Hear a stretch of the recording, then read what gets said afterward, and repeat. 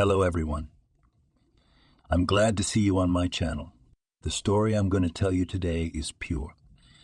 It is true that all the bad things that happen in life happen for a reason. It is said that we can appreciate the good things, the things when they happen to us. I hope you enjoy this story. I wish you a pleasant viewing experience. She ran after the car, hoping to catch up with it, to snatch her son, Jack, out of the hands of this terrible man.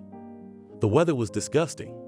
It had been raining since morning, forming huge bubbles on the asphalt, and the piercing wind was driving them across the smooth surface of the puddles. She was soaked to the skin. It seemed to her that a little more, and she would catch the handle of the door, but the wet asphalt left her no chance. She fell, her knees and palms bloody, but she couldn't pick up her baby boy. Water was running down her face, and it was impossible to tell if it was tears or rain. She knew that it was useless to go to the police. He had everything in his hands, so she could hardly move her feet and walk towards the house. She had to take her time to think about what to do next. When she returned, she treated her shattered knees and sat down to drink hot tea. She held the cup in the palms of her hands. Her mother had been so fond of drinking tea, and the memories themselves flowed, like a small brook flowing, hoping to meet another brook, to grow stronger together, to reach the river and happily dissolve into its strong waters. When she came to Washington, she was that little brook seeking support so that she would not be lost in the turbulent maelstrom of life. She came to Washington from a small town after graduating from high school. She wasn't an honors student, but she didn't have any C's on her diploma either. As she stepped off the train, she gaped at the scale of the capital of our homeland, Washington, D.C. Then when she closed her mouth, the suitcase was gone. She screamed like Jericho's trumpet. Gawkers gathered around her. Even a policeman came up, but they could do little to help. There was no sign of the thief. In the suitcase was mostly clothes, warm things, and now she was left in a light dress and a sweater. True, she had the money with her, sewn up in her underwear. No one would get there. And the documents were in her purse, which hung like a mailbag over her shoulder. Everyone began to disperse. There was nothing more to see or hear. Such things happened every day at the station. She didn't get into the institute, and as usual, she didn't want to return home. For a whole year, she had to work from one job to another. Who only did not work? Janitor, entrances washed, even managed to work 4 months in one eatery, which was loudly called a cafe in Montmartre. Laughing, there sat such hicks, and swore in such a select language that little decent person, even for the doorknob of such an institution, will not take, not to mention that they're to spend time. And she worked out of desperation. She could eat there, and they paid money, albeit small. Sometimes, drunken men would slip small bills into her pocket. But if the owner saw it, he'd take half of it, the bastard. She gave it back. She had no other choice. The owner let her live in the back room. For that, she washed the floors for free before she started work. It was a difficult time, but she stood her ground. She didn't drink. She didn't get high. She was afraid of drugs like fire. And everything would have been all right, but a guy started to visit them. A guy who, as the convicts say, had just dropped out. She was afraid of him. He had this hard look in his eyes. He was always spreading his hands and trying to get under her skirt. He did it roughly and painfully, leaving bruises on her body. When she pushed him away, he would grab her hand and squeeze it so hard that she had blue bracelets on her wrist. She would complain to the owner and he would talk to him, but he promised to ruin the owner's life too. Tim, the owner of the cafe, said she better quit, otherwise there'd be no life for her or him. She went nowhere. Now she even shuddered at the memory and wondered how she had managed to endure and cope with it all. She bought a newspaper and began to look at the ads for another job. Not far from the kiosk, she saw a playground where moms with babies were walking. She sat down on a free bench and began to study where required. She was so engrossed in looking for a job that she didn't pay attention to the fact that some little kid tried to sit next to her on the bench. Sighing heavily, after a righteous labor, he said loudly, "Hi. Oh, hello. How beautiful you are. How old is such a boy?" 4, and showed 4 fingers. "What's your name?" the little one asked. "Selena, what's yours?" "Mommy calls me Jack." "Jack, what a beautiful name. Where's your mommy? You can't let little boys so pretty go out alone." "There's my mom." When Selena looked where he was pointing his finger, she saw a young woman, blonde, dressed in expensive clothes, Quite interesting. Are you making acquaintances? Jokingly again, she asked her son. Her name is Selena. She's pretty. That's what it means to be a future man. You'll learn to say P and you'll be worth a suitor. She noticed the newspaper Selena was about to put in her bag. Are you looking for a job? Yes, but no luck so far. Local or out of town? I didn't pass my exams. I don't want to go back home. Things are hopeless there. I have to climb up on my own. Your baby is adorable. Well, I'll be off. Goodbye. Where are you going? The baby asked. I don't know yet, but I'll think of something. And you would not agree to sit with my son for 2 or 3 hours while I go shopping and cook dinner. I know it's not prudent for me to trust a strange girl with my child, but I can sense that you're a good person, and Jack senses people. He would never go near a bad person. I'm more than happy to, especially since I don't have any employers lining up for me. Are you married? I'm divorced, but my ex-husband pays me good alimony and I can afford a nanny for 2-3 hours. We just have to agree on a price. And she quoted a price that Selena almost fell over. She'd have to work 6 months at Tim's to get that kind of money. I can't pay you more than that if you agree. Let's go. I certainly agree, Selena said happily. How do I address you? My name is Naomi. My mom's name is Naomi too, said Selena. She thought it was a sign that things were getting better and would only get better from now on. When they got to the apartment, Naomi asked to see her papers. After looking at Selena's passport, she first wanted to take it away to keep it, but Selena didn't give it to her, saying that you can take a picture of it on your phone, but you can't take it away. Naomi agreed and took the picture. The apartment was large and she was shown her room. It was similar in size to a toilet. There was a bed, a chair, and a small nightstand. There was no window, so it must have been a closet. But it was worse in Tim's back room, where she could hear rats rustling at night. The first night she slept like a murderer, but she left the door open because the bedroom was very stuffy. Naomi did not talk at all. She only gave orders, which Selena carried out with the speed of an electric broom. Of course, she was not only babysitting. In Naomi's absence, she was also cleaning the apartment, washing and ironing the children's things. Selena herself thought that for that kind of paycheck, you could do that too. It had been a month since Selena had worked for Naomi. Today, she should receive her first money. She was looking forward to it and had already planned what she would buy with it. But on this day, Naomi didn't call her to pay for her work. The next day, it was the same. Selena was beginning to worry that she'd just been cheated.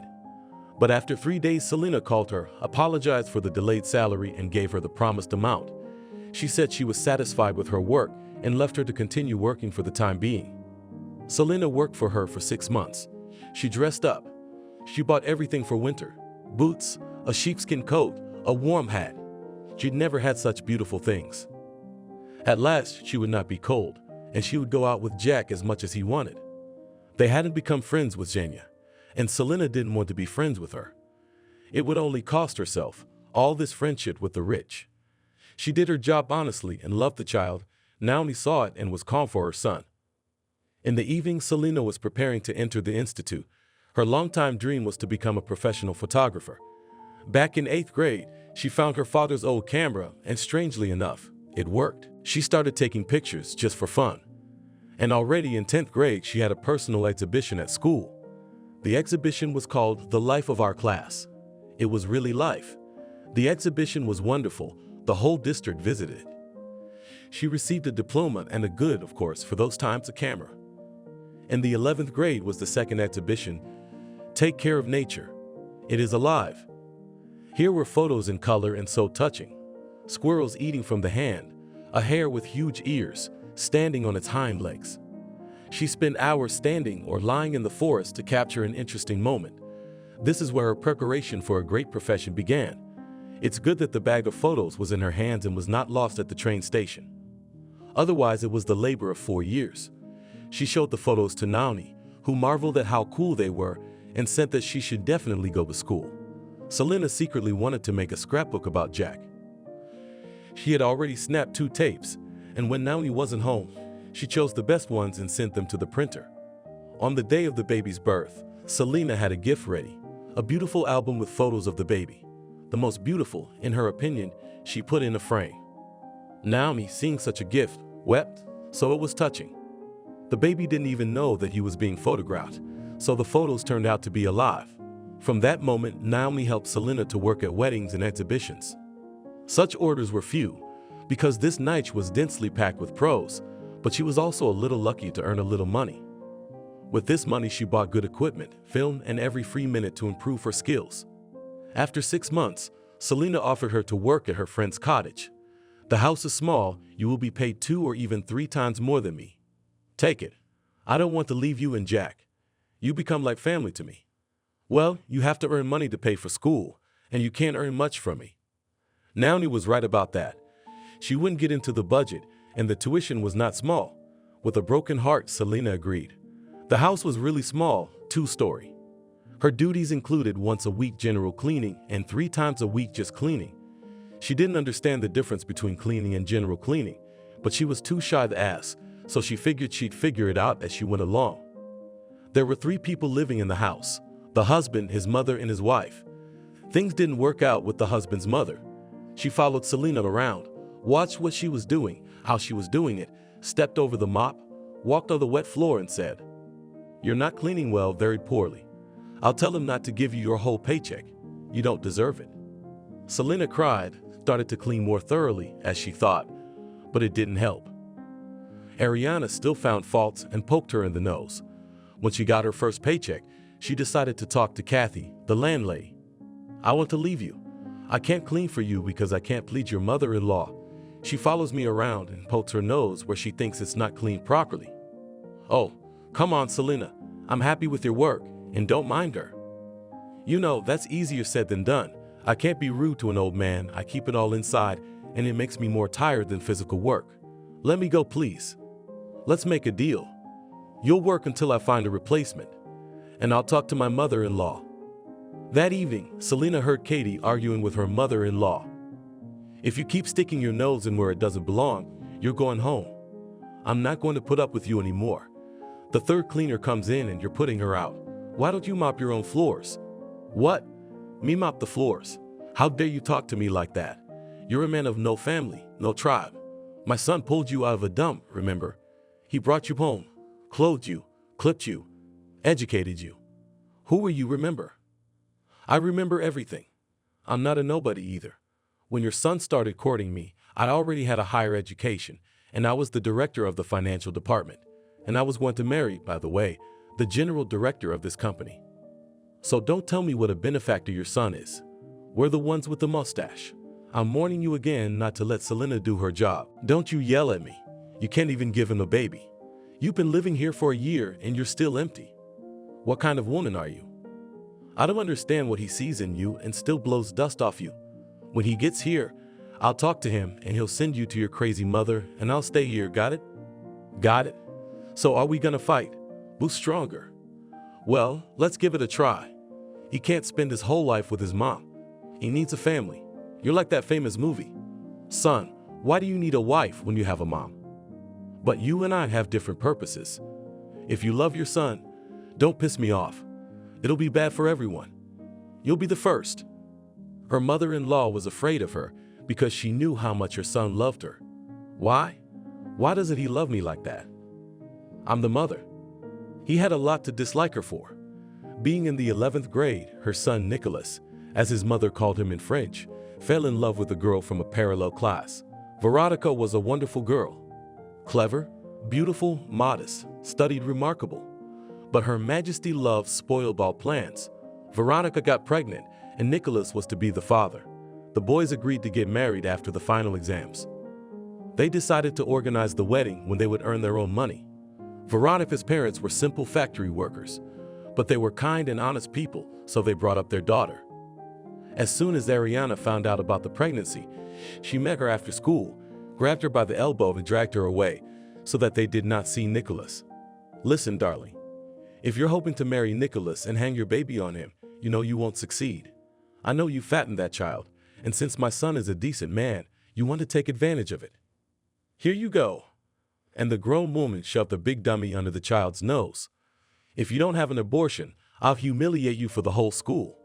I'll write to the party organization of the factory and have your parents nailed for the terrible upbringing of their daughter. I'll give you a good life, you bitch." That was the end of it. The next day, the whole school knew that Veronica had hanged herself. There was no note, no explanation. There was a child and no child. Nicholas took the death of his beloved girl very hard, even in the hospital. And only later he realized that it was his mother's fault. She made a sloppy comment about Veronica, and he realized it. He smashed everything at home. Everyone got hurt, but the deed was done, and Ariana had no regrets. And the son had since withdrawn and had no warm relations with his mother. He never invited her to his house, but he couldn't kick her out when she came. He's changed a lot since then. He's become tougher, more ruthless. It was these qualities that allowed him to organize and spin a very serious banking business. But with his wife, he tried to be loving and tender. Selena was in her second month of work, and there was no replacement. It seemed to her that Kathy was not looking for her, but it was fair to say that Ariana was no longer clinging to her. She walked around the garden, lay in the hammock, but never came near her. On one of the days, when Selena had finished cleaning and was in her room, they heard Ariana screaming. It turned out that Nicholas had arrived. She didn't like him right away. He had a sullen face, a crooked smile, and a suspicious look. "I'd already know everything, and you have to confess." She didn't want to work for them, and when Katie paid her for the second month, she reminded her that she wanted to leave. "Well, Ariana's not bothering you right now." "I'm not. I'm on it. Your salary is good. What's wrong with you right now?" "Selena, don't be a show-off. I'm used to you and I want you to stay." She called Naomi to see if she had someone to take her place. Naomi was happy to hear from her, but answered that her seat was taken. Selena was a little upset. She would have loved to go back to them, even at a lower salary. In the fall, Selena enrolled in the Institute at the Faculty of Fine and Applied Arts. She was highly recommended this faculty. It added skills to aspiring photographers. And also on weekends she attended photo school, where the real and recognized masters of photo art taught. Teachers noted in her personal qualities that photographers need: rich imagination, aesthetic taste, imagination, sense of composition, and most importantly, patience. The question arose as to how she would have time to clean the house. Kathy suggested that she clean twice after class and generalize on Sunday. Selena realized that she wouldn't pick up all of that, but Kathy made a killer argument. "Do you have to pay for school?" "I do." "Where are you gonna get the money from?" "I don't, so you're staying." "Katie, you're hitting me where it hurts. Now I suggest you make a deal. Let's try it for a month, and if I'm exhausted and I can't clean, I'll take a lighter job, okay?" "It's a deal." A month passed. Selena worked her ass off. When she got up in the morning, she couldn't figure out what day it was and where she had to run to. One day after class, she had a good idea. She had a girlfriend at the institute. She was a very talented girl, even though she was from the country. "She's a little mannish, but she's healthy, like blood and milk. Why don't I get her to help clean the house? She'll do the easier work, which also takes a lot of time, and I'll take the harder jobs. I'll give her part of my paycheck. I just need to ask Kathy's permission." Selena thought as she fell asleep, so she could wake up tomorrow and go into battle again. The landlady gave her permission to bring Daneka, as she was called at the faculty, to see what would come out of Selena's idea. Dunia agreed at once, and was happy to help Selena and earn money, of course. Katie enjoyed the cleaning. She went through the house, checking in the most unexpected places, but it was clean. Danechka was accepted to help Selena. She was feeling much better. She had more time, which she could use for study, for going out into nature, and of course for the salon to tidy herself up. She got a short haircut, which suited her well, and she got her hands cleaned up and has been wearing gloves ever since. She'd been working in the house for almost a year.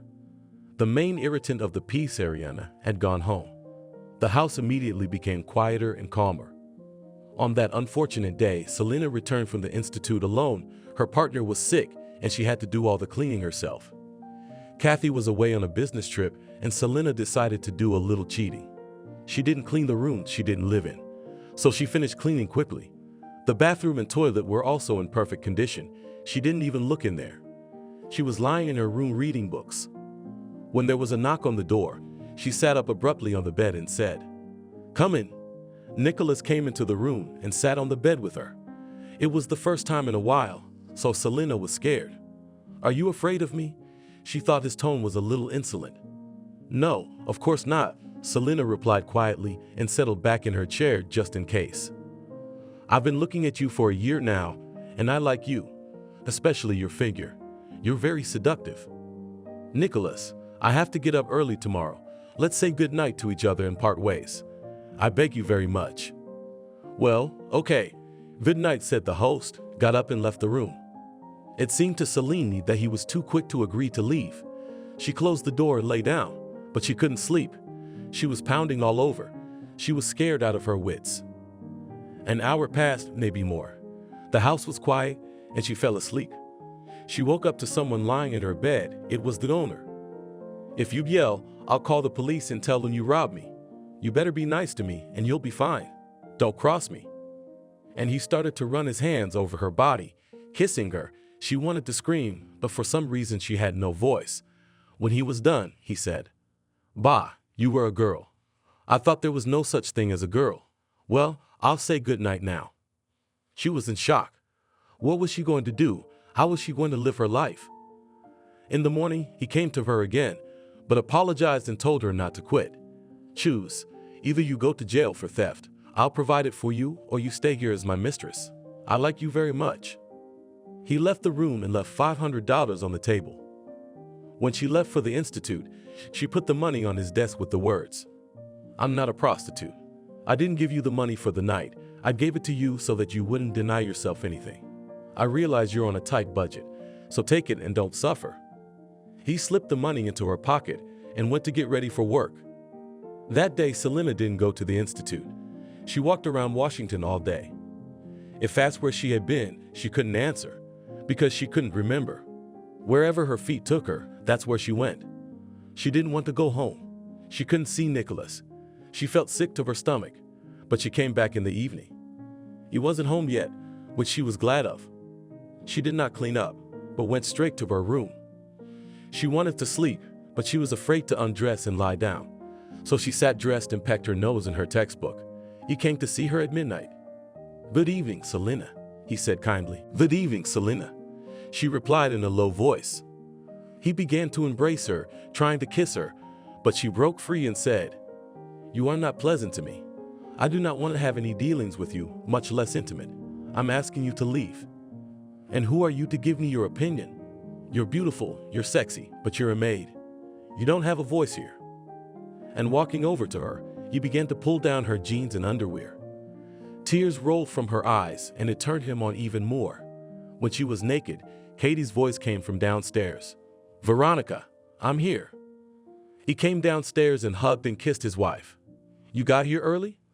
Yes, there was nothing else to do. I signed some very lucrative contracts. I think we'll do even better now. I always knew you were smart, but your mom says you pulled me out of the dumpster. Please, don't you know Ariana Mikhailovna? She noticed he didn't call her mom.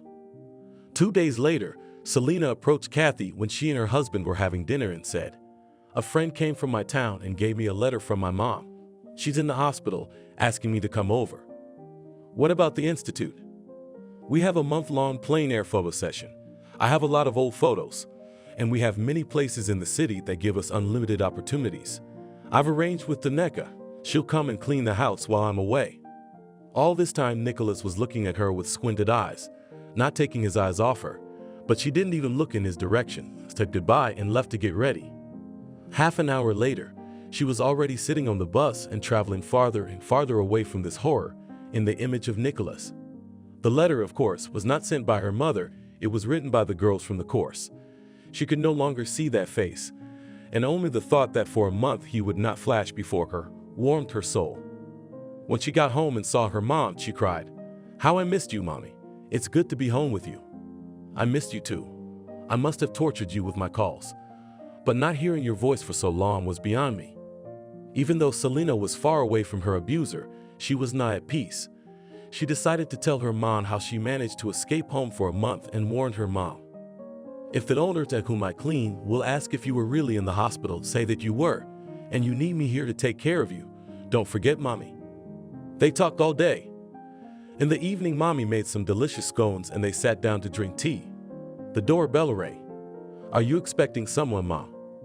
No, everyone's home. When Selena opened the door, the owner stood in front of her. You? Why are you here? Are you alone? Is Mom in the hospital? No, I'm not in the hospital. My daughter took me home today to take care of me. They took me to the hospital because I was alone. And now my assistant is here. Who are you? I must say he was confused. He told his wife he was away on a business trip. He thought he was gonna stay with Selena for a month while her mom was in the hospital. And this is a bummer.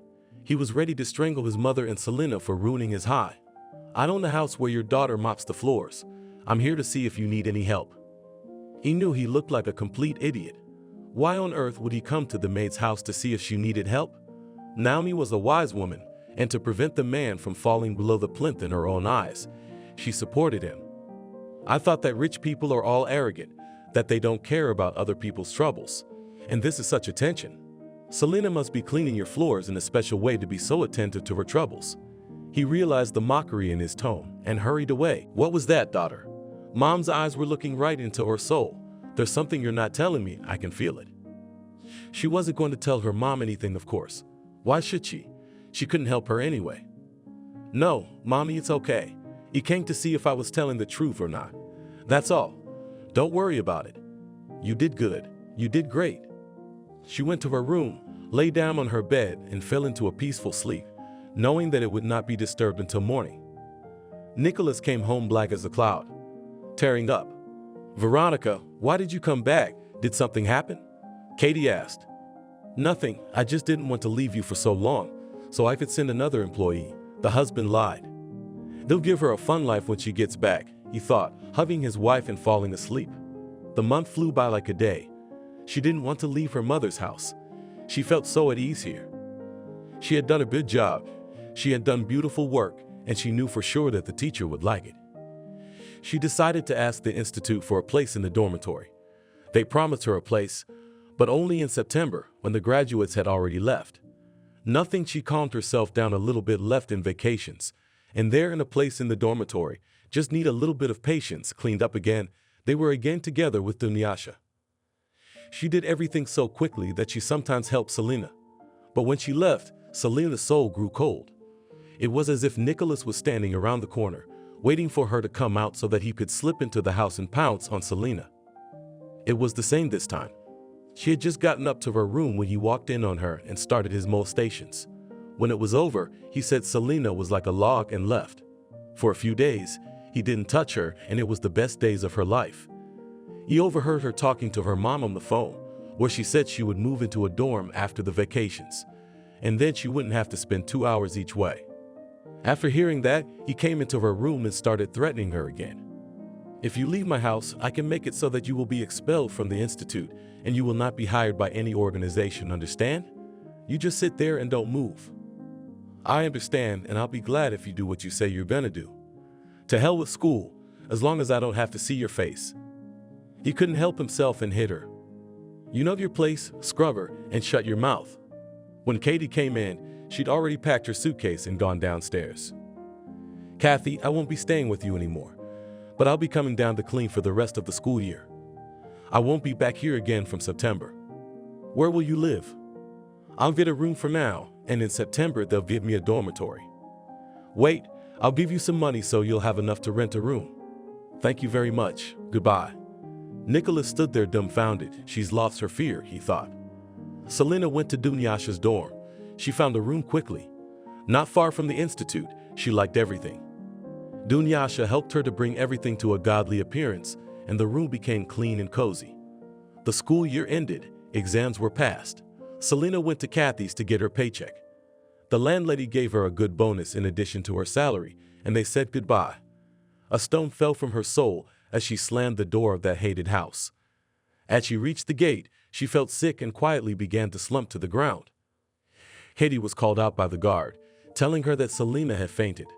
When she woke up, she had a very bad headache, and a woman in a white robe was standing over her. She looked up, looked around, and realized she was lying on a couch in the living room of the house she had been in such a hurry to leave. What's wrong with me? You need to come with us to the hospital where you'll take some tests and we'll be able to tell you what caused your fainting. Can you stand up and walk to the car? Yeah, sure.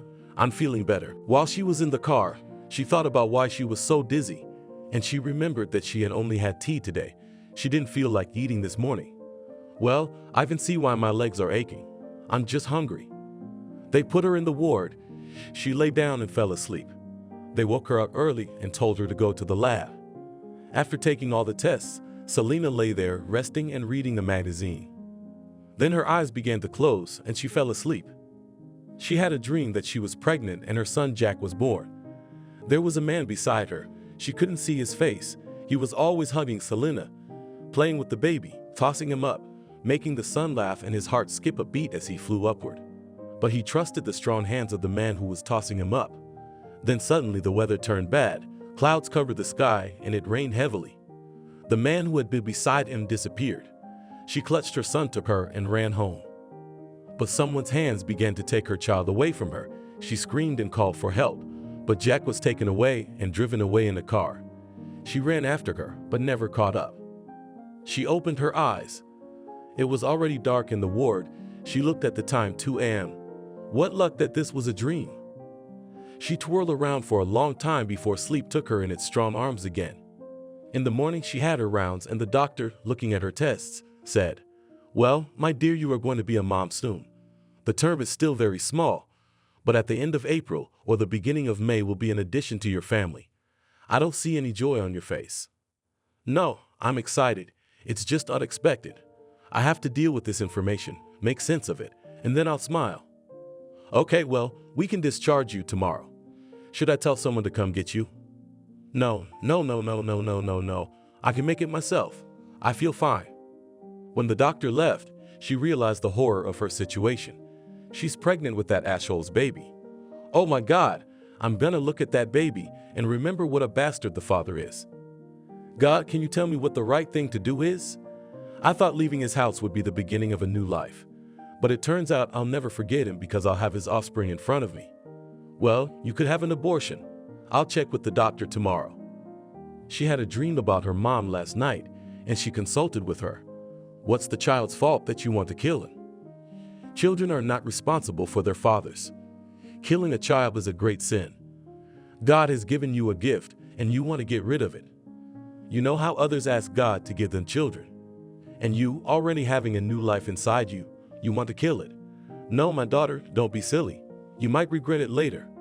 When she woke up and remembered the conversation with her mother, she gave up the idea of abortion. As she left the hospital, she saw Nicholas waiting for her. She wanted to slip in unnoticed, but it didn't work. "Wait, take your time. I want to talk to you. The doctor told me you're pregnant. I don't want a baby with you. Here's $2,000. Find a good clinic and get an abortion.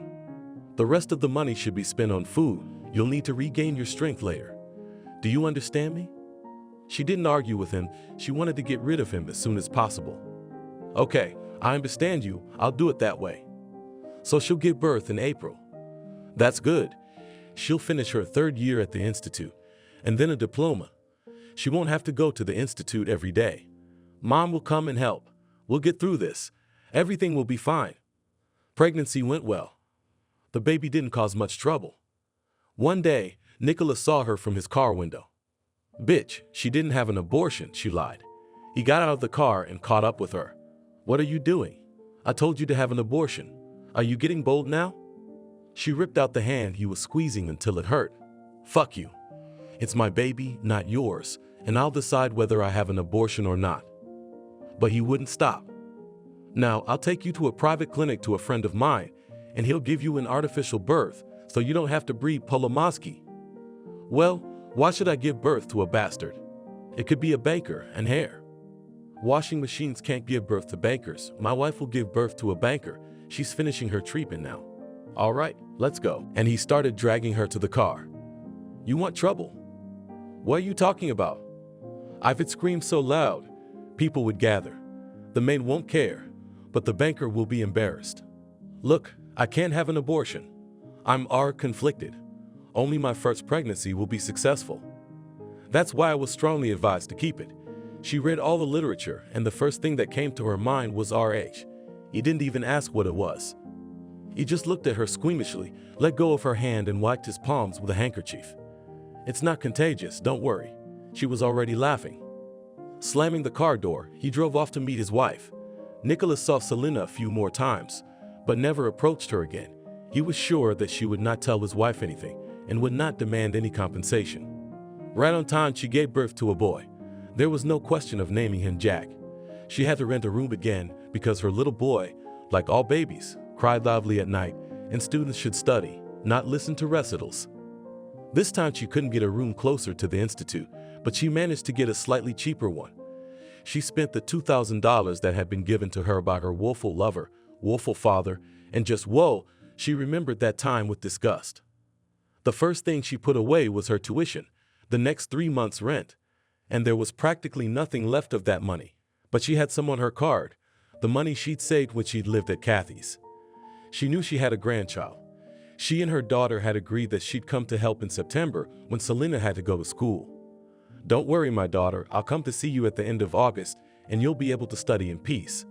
Everything will be fine as long as your health is good." "Yes, thank you, Mommy. I'll be waiting for you." But these hopes were not destined to come true. There were constant trials and difficulties that she had to overcome. She was in a constant state of stress. Stress at university, stress at home. Neighbors constantly complained that the baby was keeping them from resting. She was too tired to keep her body in survival mode. Selena forgot what the joy hormone is. She simply stopped producing it. Constant sleep deprivation and weakness didn't allow her to work to her full potential. Maybe it would be easier to die, she asked herself. Why this struggle, pointless and exhausting, if there is no meaning to life? But at that moment, her baby boy would start to lurch, and she would come back to reality. No, she must fight for the baby, for herself, finally for life, or else. What was it all for? Jack was 4 months old. He was a big boy. He ate well, slept better. Selena started to feed him to keep him calm. Any day now, my mom was due to arrive. She packed 2 suitcases. She realized that she was leaving for at least 6 months.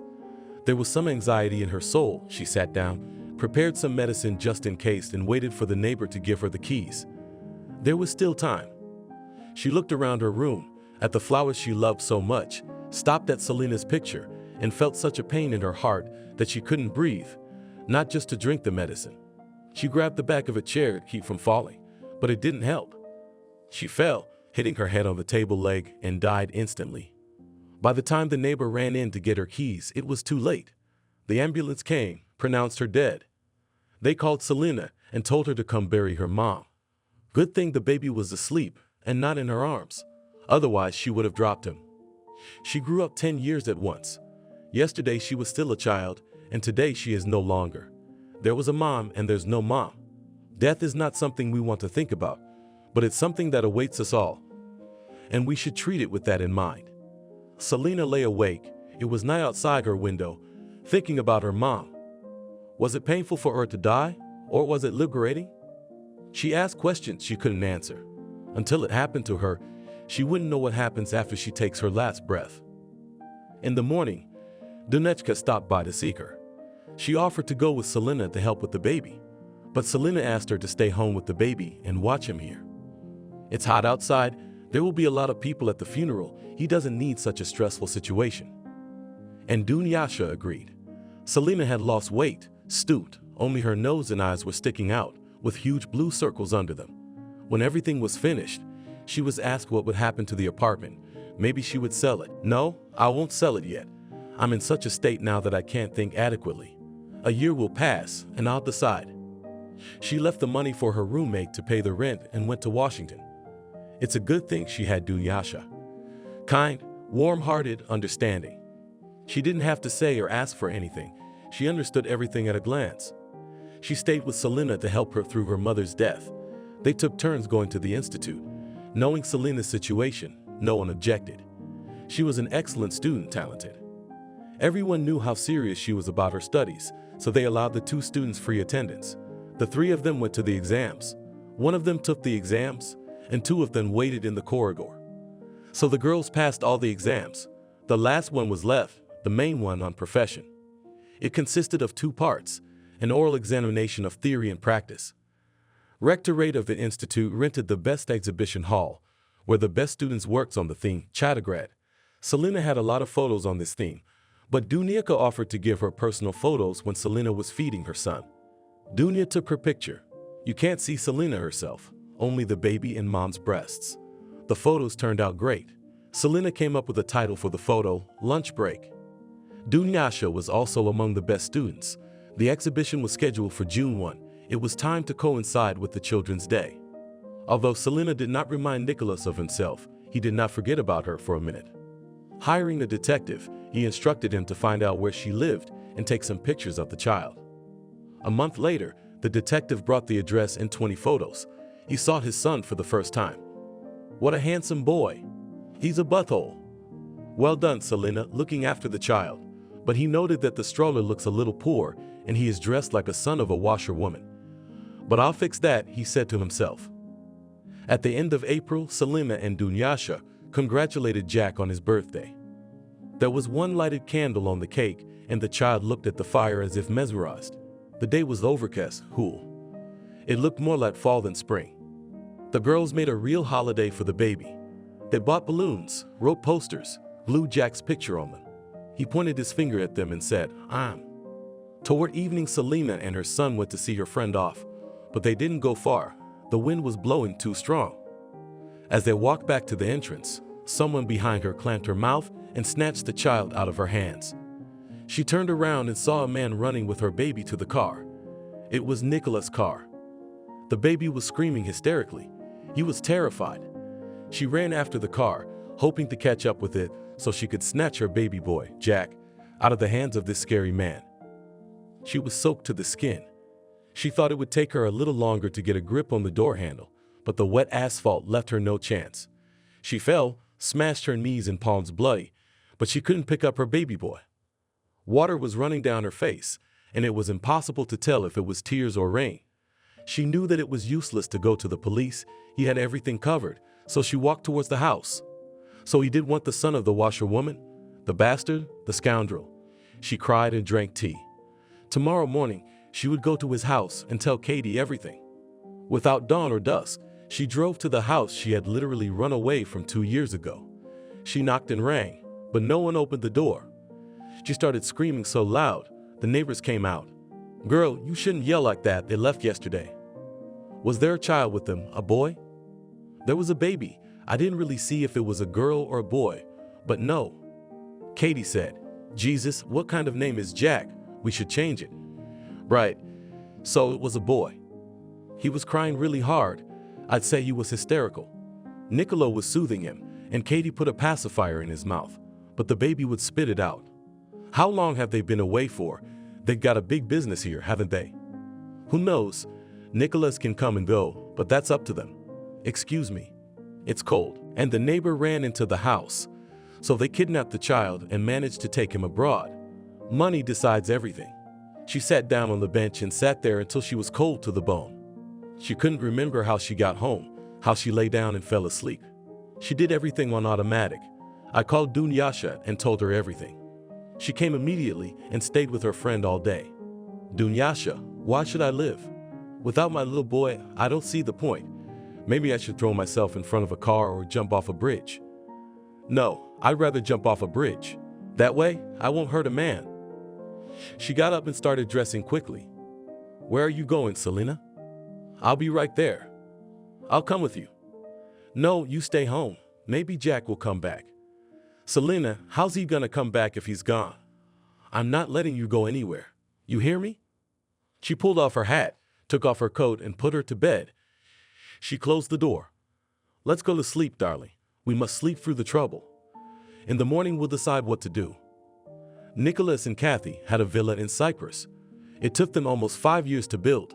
They wanted a large family, so the house was not only beautiful, but also large, with a swimming pool, gym, and movie room.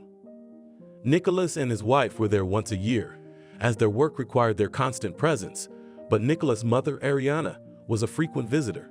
She loved to relax there. That's where they brought the little child. When Nicholas brought the boy home, his wife demanded an explanation. He told her everything, only the exact opposite. His unhappy, honest, decent family man was seduced by a cleaning woman. She told him she really wanted children, but young people now so drink, smoke, and she needs a healthy, smart, and he just fit all the parameters. He didn't want to, but she undressed in front of him. "But I'm a man. so I couldn't stand it. But it was only once, and she got pregnant right away. That's the fantastic story Katie heard, and she didn't even try to shake off the noodles her beloved husband had put in her ears. He persuaded her to take the boy, get the papers, and raise him as her own, especially since it was his son. The treatment did not yield any results, and they were already desperate to have children together. Kathy did not want to lose her husband, so with a broken heart, agreed to take this child into the family. But she was concerned about the child's mental state. He was not sleeping well, shaking all the time. She suggested going to a good doctor.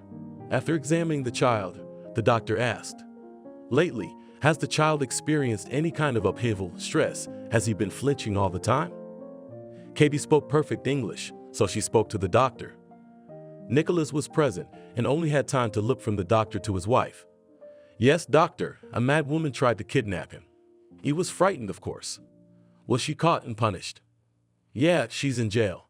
So the child is healthy, strong, but the nervous system," and the doctor stopped talking. "We need time, patience, it should get better." "Does he say any words? He's over a year old, isn't he?" "No, doctor, he doesn't say anything. At first, we thought maybe he couldn't hear, but we rattled the rattle and he turned around. So he can hear, but he won't talk. It's all very sad," the doctor said. "Love the baby, pay more attention to him. Let's see him in 6 months." But even after 6 months, Jack didn't speak. Only now his name was Carlos and Nicholas, like his mother called him Carlos in French. They had a weakness for shortening names and twisting them in French. Katie insisted on getting a nanny. Her husband was often away on duty, and it was hard for her to take care of the baby alone. Nicholas didn't mind. Kathy noticed that Carlos liked to swim in the pool. He had a smile on his face at that moment and felt good. So 3 times a day, the nanny swam with the baby in the pool. These were the happiest moments, and Katie felt like this was the moment when everything was getting better. But the baby would come out of the water and be silent. She began to strain it, and sometimes, not holding back, she raised her voice at him, from which Carlos immediately rolled tears. And his eyes said, "I notice everything, I just don't say it yet." This immediately brought the new mother to her senses, and she took him in her arms and forced herself to kiss him. She couldn't bring herself to love this baby yet. She couldn't. Time passed, but nothing changed. Their friends came to them, admired the beautiful boy, but when they learned that he did not speak, the interest in the child disappeared. They went with him to Germany, to a well-known pediatrician in the country. But he, like the previous doctor, said that they should wait and love the child. He had been through a lot of stress. Everything should get better. He was left with a nanny, and the young parents went away. Business demanded their presence, but they were not staying in their home, but in an apartment that Selena knew nothing about. Katie called her roommate. "Madi, hi, did someone come to our house? Have you seen it? Your former au pair comes every 2 or 3 days. Every time she knocks, she calls. She says she's looking for her kid, some Jack boy. I told her you've gone abroad, but she's surprisingly persistent, coming and waiting. Let her wait. I don't know anything about her child. When are you coming back?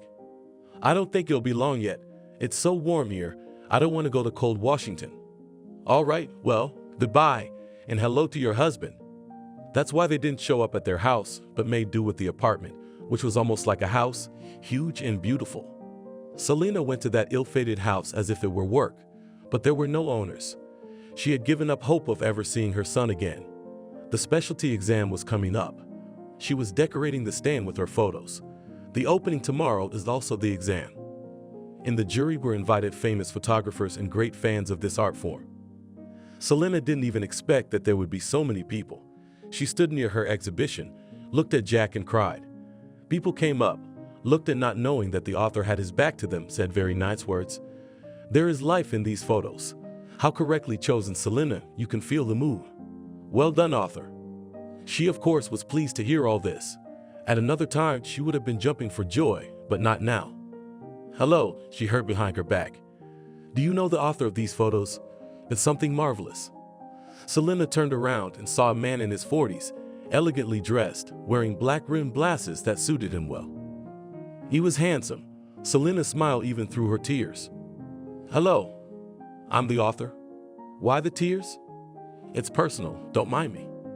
There are better works here, maybe even better. Look at these, and she pointed to the exhibition of Dunyasha's work. I've already seen them, and I've marked them for myself. The girl is really very talented. I liked everything about her. Yes, Dunyashka knows a lot about photography. She's smart. The next day, the results were summarized. The first place was taken by Dunyasha. Everyone was very happy for her. The second place was given to Victor. The guy did wonderful work. And the third place was given to Selena. All received prizes and cash awards. Already at the exit, Selena approached the handsome man and introduced himself. I am Jacob Vasilievich, or rather just Jacob. I congratulate you on graduating from the institute and invite you to the restaurant. Thank you for the congratulations, but no, I don't feel like going to a restaurant. I'm sorry. I'm going home. You're insulting me. I want to congratulate you from the bottom of my heart and offer you a good job. Take it. Selena was hooked on the job. She really had to find a way to settle down. If she could get her son back, she should have the means to raise him, and she agreed. They talked a lot about photography, as it's fashionable now. Especially the black and white photos are touching. Only in the restaurant Selena felt how hungry she was, and to Jacob's question, "What will you eat?" she answered, "Everything." He smiled. He liked that answer. They had seafood, and he ordered mussels. She looked at them in disbelief. "You should try it. It's delicious." And Selena closed her eyes and swallowed, but she couldn't contain her emotions. "Oh, it's divine." And they both laughed. It was the first time in 2 months. She was distracted from her heavy thoughts. Jacob was a very interesting man. He knew so much about photography, as if he had graduated from the institute and not Selena. She wanted to compliment him, but he got a text message on his phone. He apologized and started looking through the messages. It turned out to be a photo. He smiled at what he saw and said, "Partner sent a photo with his son. They're on vacation in Cyprus," and showed Selena. She saw Nicholas tossing Jack up, and for some reason he wasn't laughing. Katie was standing next to him and clapping her hands. When Selena saw the pictures, the champagne glass fell out of her hands and she started to slide off the chair. Jacob rushed to her aid and carried her outside, but she wouldn't come to her senses. Water was brought in. Jacob wiped her face, and she opened her eyes. He called for the waiters, paid, and asked, "Where to take you?" She looked at him with her big cherry-colored eyes and didn't say anything. Or rather, she tried to say something, but he couldn't hear a single sound. She began to tremble. Then he decided to take the girl to his house, and there we'll figure it out. Selena warmed up in the car. She stopped shivering and thanked Jacob. At home, he laid her on the couch, covered her with a warm blanket, and she fell asleep. She woke up when it was night outside her window. So she and Jack are in Cyprus. Why is Sonny so sad? He must miss her. "My darling boy, how I miss you too." She got up and left the room and saw Jacob sitting at his computer. She walked over to him and said thank you. She apologized for ruining the evening. "Jacob, can I see the pictures your friend said again?" "Sure, here, take your phone and look." She went to her room and looked at her joy, and tears dripped on her phone. "Selena, you're going to break my phone like that." She flinched in surprise. "Selena, no, don't worry, here you go, I've already looked at it." "I'm kidding, your tears are dripping on the phone." "Yeah, sorry Jacob." "Selena, why are you crying when you look at these pictures?" "Because that's my son, kidnapped by that man." "What?" "Selena, you and I are going to have tea and you're going to tell me everything." "Okay." She didn't even know why she agreed so quickly. It was 6 months after Nicholas brought his son to Cyprus. He saw that his wife didn't love the child as much as he would have liked. She never kisses him, never hugs him. Carlos was with the nanny all day. One day Kathy handed him an orange and asked, "Do you want one?" "Yes," said the kid. She couldn't believe her ears that it was her son. His wife called Nicholas and told him the happy news. Carlos spoke. He immediately arrived and decided to see for himself that his wife had not imagined it. Nicholas approached the baby, held out his hand and asked, "Shall we go swimming?" And the child, stammering, barely said, "Let's go." The fact that his child stuttered killed him. God, why do these troubles on a child's head? From that day my son began to speak, but he stuttered very badly. To pronounce a word, the baby had to tilt his head, curve his mouth, and constantly take in air. My wife yelled at the whole house, "Get him out of here, I can't bear to see him stuttering." Nicholas was upset himself. He decided to see the doctor again.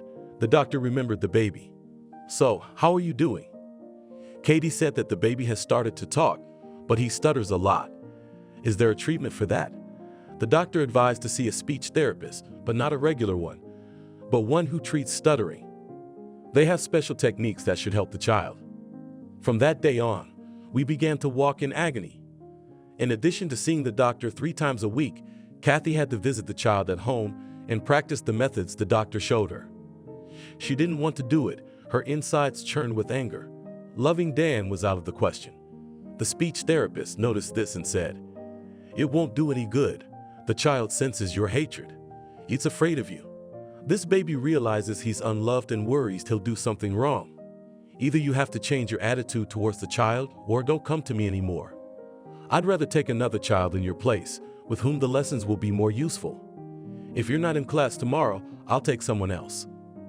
And if you come, be kind to the child, treat him with love."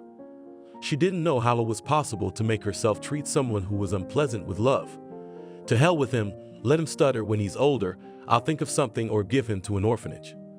And she dived into the pool with pleasure. That evening she and her husband had a big fight. Nicholas insisted on further treatment, and his wife did not want to do it anymore. "Listen," said her friend, who lives nearby in the house, "take him to the grandmother. My mother told me that I also stuttered as a child. Doctors could not help, and the grandmother, something whispered, gave something to drink and all, as if it was removed. Where in Cyprus can I find you a grandmother? They're everywhere. You know English. Type it on the internet and you'll find one." She did find a grandmother, but she lived far away. She took the nanny with her and drove to another town. The old lady took them in right away. She looked at Katie and said, "Give up what doesn't belong to you and the baby will be fine. And I can't cure him. Go away, you're a bad man." "An old hag," Katie muttered to herself. She had another address in the same town and decided to try her luck. The granny examined the boy, looked at Katie for a long time and said, "I will try, but I am not responsible for the result. You do not love this boy in the family, and he suffers."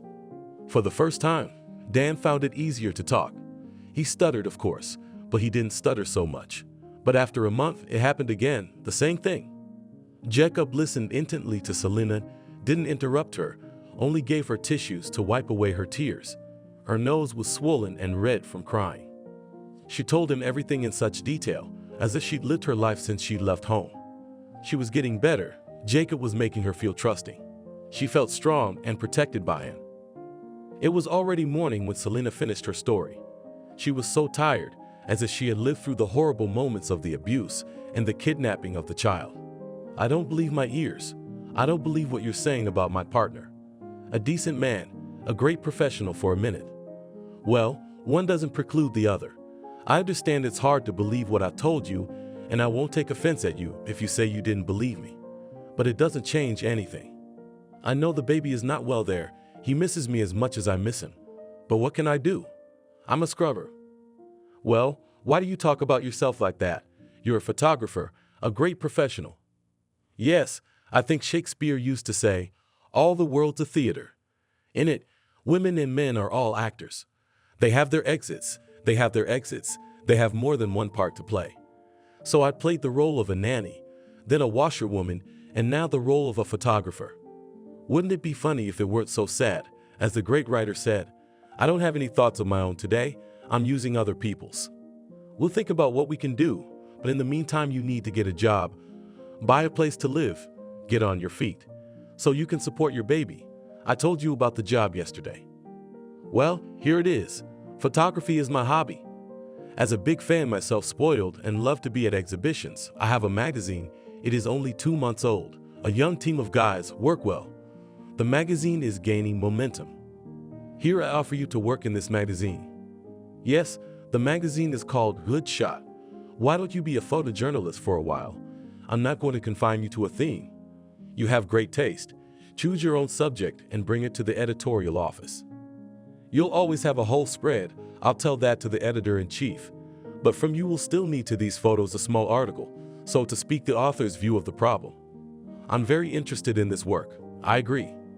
Thank you very much, Jacob." And so Selena began her new life and the preparation of the material base for her return. Jack, and back in Cyprus, things were heating up. Carlos was also stuttering. Katie only came to him when Nicola came to visit. Otherwise, he was in the care of his nanny from morning till night. She hugged him, stroked him, felt sorry for him. This young woman saw that nobody needed the baby. When guests came, the baby was sent with the nanny to the backyard, so that the guests did not see these struggles when the child wanted to say something. The baby did not yet realize that he was shy, but his little heart felt that he was not loved. Once again, Nicholas flew to Washington on business. Katie let the nanny go, picked up the baby, and flew to Washington as well. She found the orphanage and snuck onto the property like a thief. It was early morning. She sent him on a pebble and told him to wait for her here. The kid nodded. In her jacket pocket, she put a note typed on the comp. Carlos, age 2. She left the name new and gave her maiden name. And she ran away. So she won't find him for a long time, thought the cheerful lady, flying back to Cyprus. The child was spotted by a woman carrying laundry to the laundry room. Without getting anything from him, took him to the head of the orphanage. A few days later, Nicholas arrived. He did not even immediately feel the child's absence. Only the next morning he asked, "Where's Carlos? I don't see him?" "You'll never see him again. I gave him to an orphanage. I'm ashamed to show him to my friends and acquaintances. I don't have kids of my own and I don't want them." "What did you do, you fool? You should have at least given him to his mother. And now what do you mean that with living parents the child went to an orphanage? Why should I give my child to that whore? She seduced my husband, whittled her naked ass in front of him, and I have to thank her for it and present the child on a silver platter. Did you see that?" And after she shoved the figure under his nose, he slapped her cheeks for the first time in years and smashed her nose. She was scared out of her wits. It was the first time she'd seen Nicholas like that. It turns out he's terrible when he's angry. "You're going to go and bring the baby back." "I won't. I'd rather leave you." "Leave, but give me my son back. Look for him yourself. You'll find your happiness." That night, Nicholas got drunk and decided that tomorrow he'd start looking for his son. But riddles are never rich. Life had prepared other challenges for him. Another stress in the life of little Carlos was not in vain. He stopped talking again and lay in bed all the time. The doctor came and examined him. "The child is good, healthy. Look how well-groomed he is. He's used to a different life. It's stressful. It's a good thing he didn't go anywhere. He's obedient. They told him to sit, so he did. We'll wait.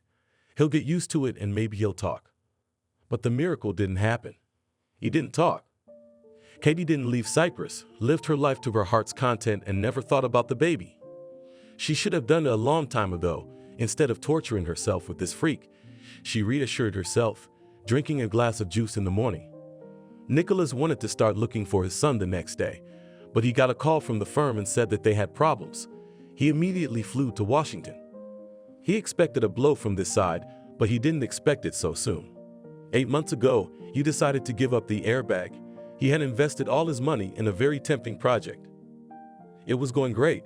He even went to the extent of cashing out the funds from dubious transactions for a good percentage. The volume of such operations amounted to a huge sum.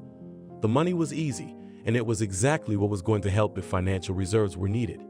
But the tax audit discovered and quickly figured out the whole chain of cashing out very questionable money and blocked the funds. He didn't have the finances to correct the deficiencies and save the business. It was threatening to collapse. He ran to Jacob. "Help me out, the business is on fire. Lend me some money." "Nicholas, I've got them all on file. You know I started a magazine and some of the money went into it. I can't help you this time." He had no one else to go to. He didn't want everyone to know about his predicament. He decided to put a mortgage on the house, and once the business was running smoothly, he'd buy it back. Without telling Katie, he mortgaged their mansion. The money he got helped him get his head out, but his tail got stuck. They started dragging him through the IRS for cashing out. His wife knew someone at the IRS, so he had to call her. "Come here. The business is falling apart. We're gonna lose our pants." It was serious. Forgetting about the broken nose, she flew to help her husband and the business. She had to run and give a decent amount of money that the head of the company was not brought to criminal responsibility and limited only to a fine. After that, the inspection stopped, but they had to give up cashing out dubious funds. It was a pity to give away such an easy income, But here they had to choose the lesser of two evils. This time the lightning flashed, but not before the thunder. Nicholas had a heart attack and spent a week at home under the care of doctors. They decided to live in Washington so that they could control the work. There was nothing to rush to Cyprus now. The child was not there, so it was safe to stay in the apartment. Nicholas thought about his son all the time and did not know from which side to approach the problem. He decided to talk to his wife and apologize to her for having offended her. He thought about what gift to surprise her with to tell her where the child was. She missed her husband too. She loved him after all. So she was looking for any excuse to make up. And it didn't take long. Jacob came to visit. They were happy to have him over. They set the table, put some good wine from Cyprus on the table, and had a very pleasant evening. Jacob asked, "Where is your baby? Hadn't you heard from him all evening? Show me your treasure." Nicholas looked fearfully at his wife, but she quickly realized and replied, "We sent them with the nanny to the sanatorium. Let them rest, gain strength." For a long time. Yes, they had just left. They had 2 vouchers for 2 terms. "I'm sorry I didn't get to see the baby." "Well, next time you'll brag." After saying goodbye, he left his partner's apartment. Selena plunged headlong into her work. At home, she made a list of topics that would be of interest to the magazine's readers. She traveled to nature, went to the north, was in Kamchatka. They brought wonderful material, which was a decoration of the magazine. Her photos complemented the articles, which were introductory, and the readers liked it. She had excellent relations with her colleagues. She was active in her work, and what models she had for children, just a sight to behold. She would go to the park, sit on a bench and work. Photos turned out alive, because the children did not pose, but just lived, walked, cried, fought, and hugged. It was these works readers liked the most. After working for a month and receiving her first paycheck, she also received a bouquet of flowers from Jacob and a beautiful card with wonderful words. "I want to congratulate the person who has the gift of preserving the most joyful and exciting moments of life. I wish you bright flashes, successful lighting, creative ideas, and only happy faces in the frame. Do not stop on your achievements, dare to dare, search. Inspiration does not visit the lazy, an admirer of your talent, Jacob." It was very nice and touching. But when she came to the empty apartment, her mood sank to 0. She thought of her little boy. She imagined how big he was and how good it would be for the 2 of them. She was living in a rented room for the last month. After selling her mom's apartment, she looked for a 2-bedroom in Washington. It was a lot of money, so she took out a small loan for a year and a half and expected to pay it off in time. She didn't forget about her son for a minute. Her former owner's house was closed and no one was still living there. When she met Jacob, she asked him to find out when Nicholas and his wife and child would be arriving from Cyprus. Jacob didn't want to tell her at first that they had long ago arrived and were living in Washington, only Jack wasn't with them. Selena would be worried, crying, but nothing can be changed yet, and he doesn't know how to help. He has some thoughts about it, of course, but he has to wait until the kid comes back and then act. So he told Selena that they are back, but Jack is at the sanatorium with the nanny. As soon as they get back, he will tell her. And Nicholas was walking around his wife, complimenting her and telling her he loved her just like the first day he met her. Kathy understood what he needed, pretended that she was pleased to hear it. By the way, she was really pleased, but she was not going to say where the child was. She didn't want to see him again, and she didn't want to give him to that bitch who's clingy with other men's husbands. "Darling, why do you need this child? We're so happy together. God didn't give us children. He knows best whether we need them or not. You understand, it's not the child's fault that his mother is like that, so he's suffering in this orphanage. He needs to be treated, he needs to study with him, and no one will do it there." "Listen, I'm sick of your whining." I said no, and don't bother me anymore. Things weren't going very well at work, and thoughts of the baby were on the back burner for a while. But he never gave up on the idea of coming back. 3 months passed. Nicholas' anniversary was approaching. Ariana came, Jacob came, and his friends and their wives came. They invited a host who made the party truly unforgettable. Jacob never saw Jack. He didn't want to ask Nicholas in front of his wife, but asked him when they went out for some air on the balcony. "You're hiding something from me about your son. Why don't I see him at your place? Has something happened to him?" Nicholas had no help. He looked back apprehensively and said that his son was no longer with them and he did not know where he was.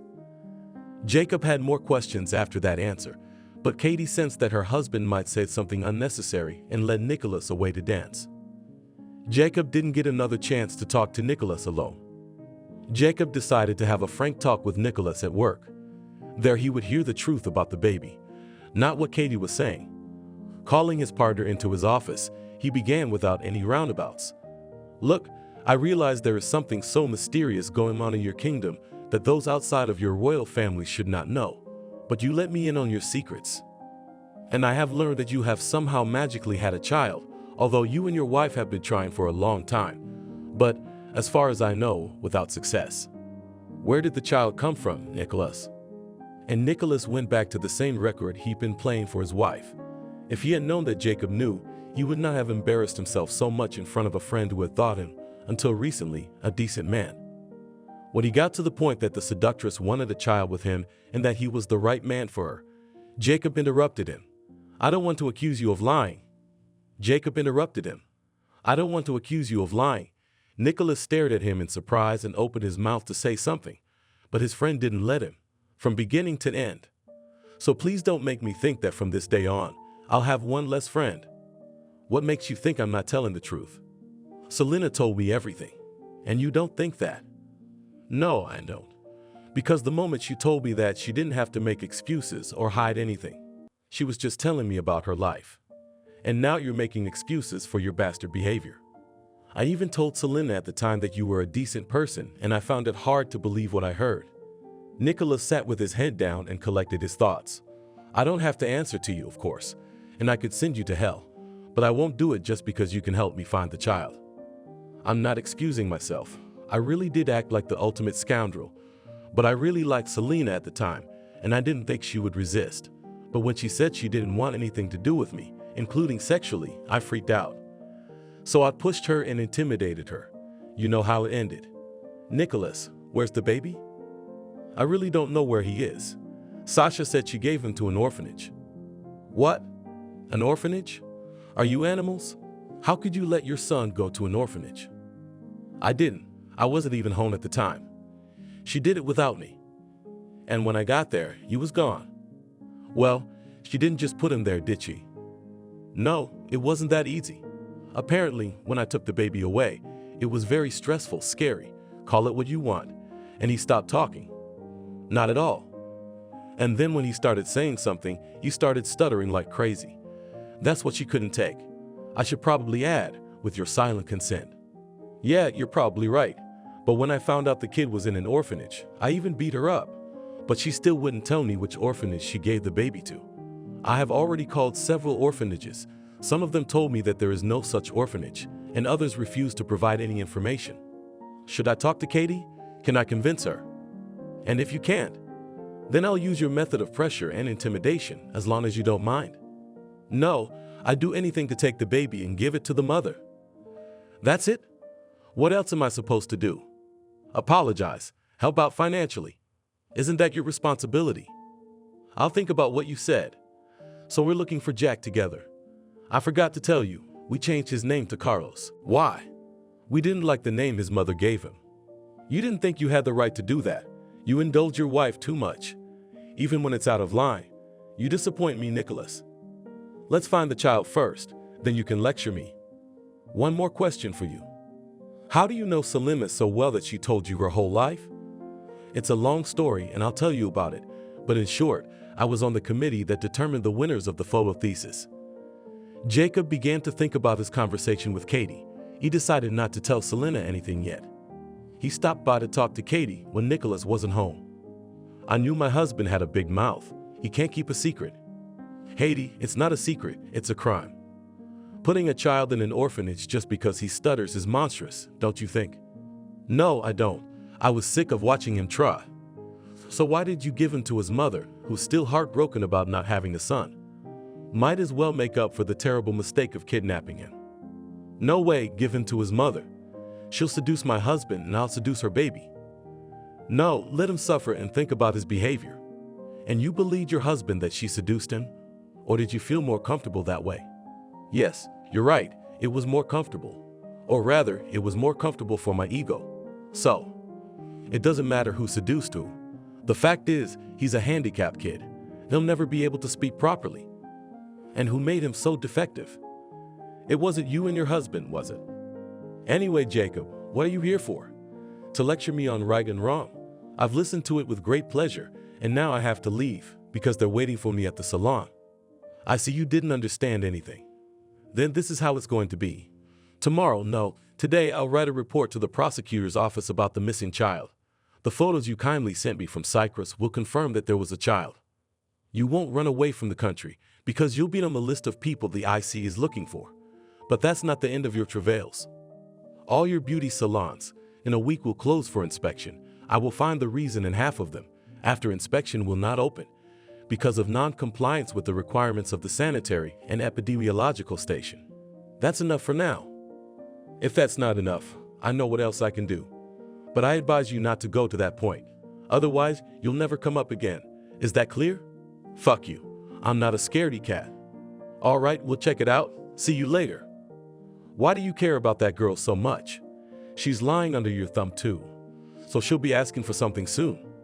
He gave her a squeamish look and left. That she's not a scaredy cat. She's not a scaredy cat. She was shaking. She was really scared. She didn't want to go to the salon. She had to think about the situation. It was all because of Nicholas. Damn him. She didn't believe him, of course, when he told her how the wretch had seduced him.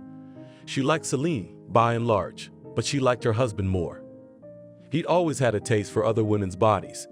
She knew that, had seen it with her own eyes several times. But he didn't know what she knew.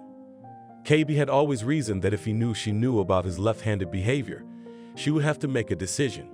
Either leave or tolerate it, turning a blind eye. There's no third way. So Kathy didn't tell her husband that she knew about his antics.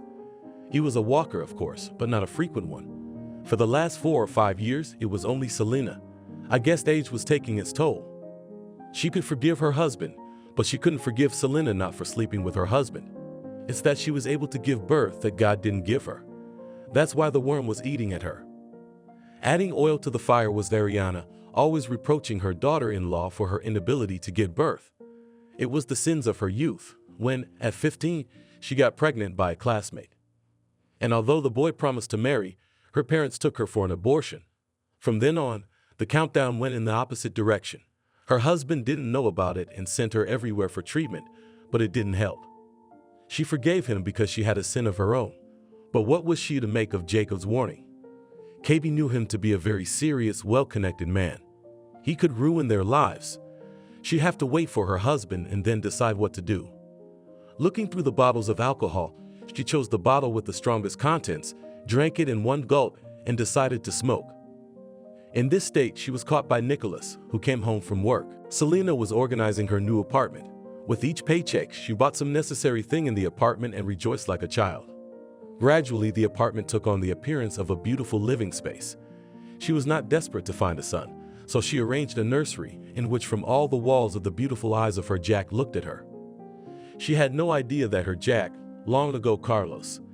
Jacob hadn't told her anything yet, and she didn't feel comfortable bothering him with the same questions every time. He knows everything, and if there's any news, he'll tell her, Selena thought.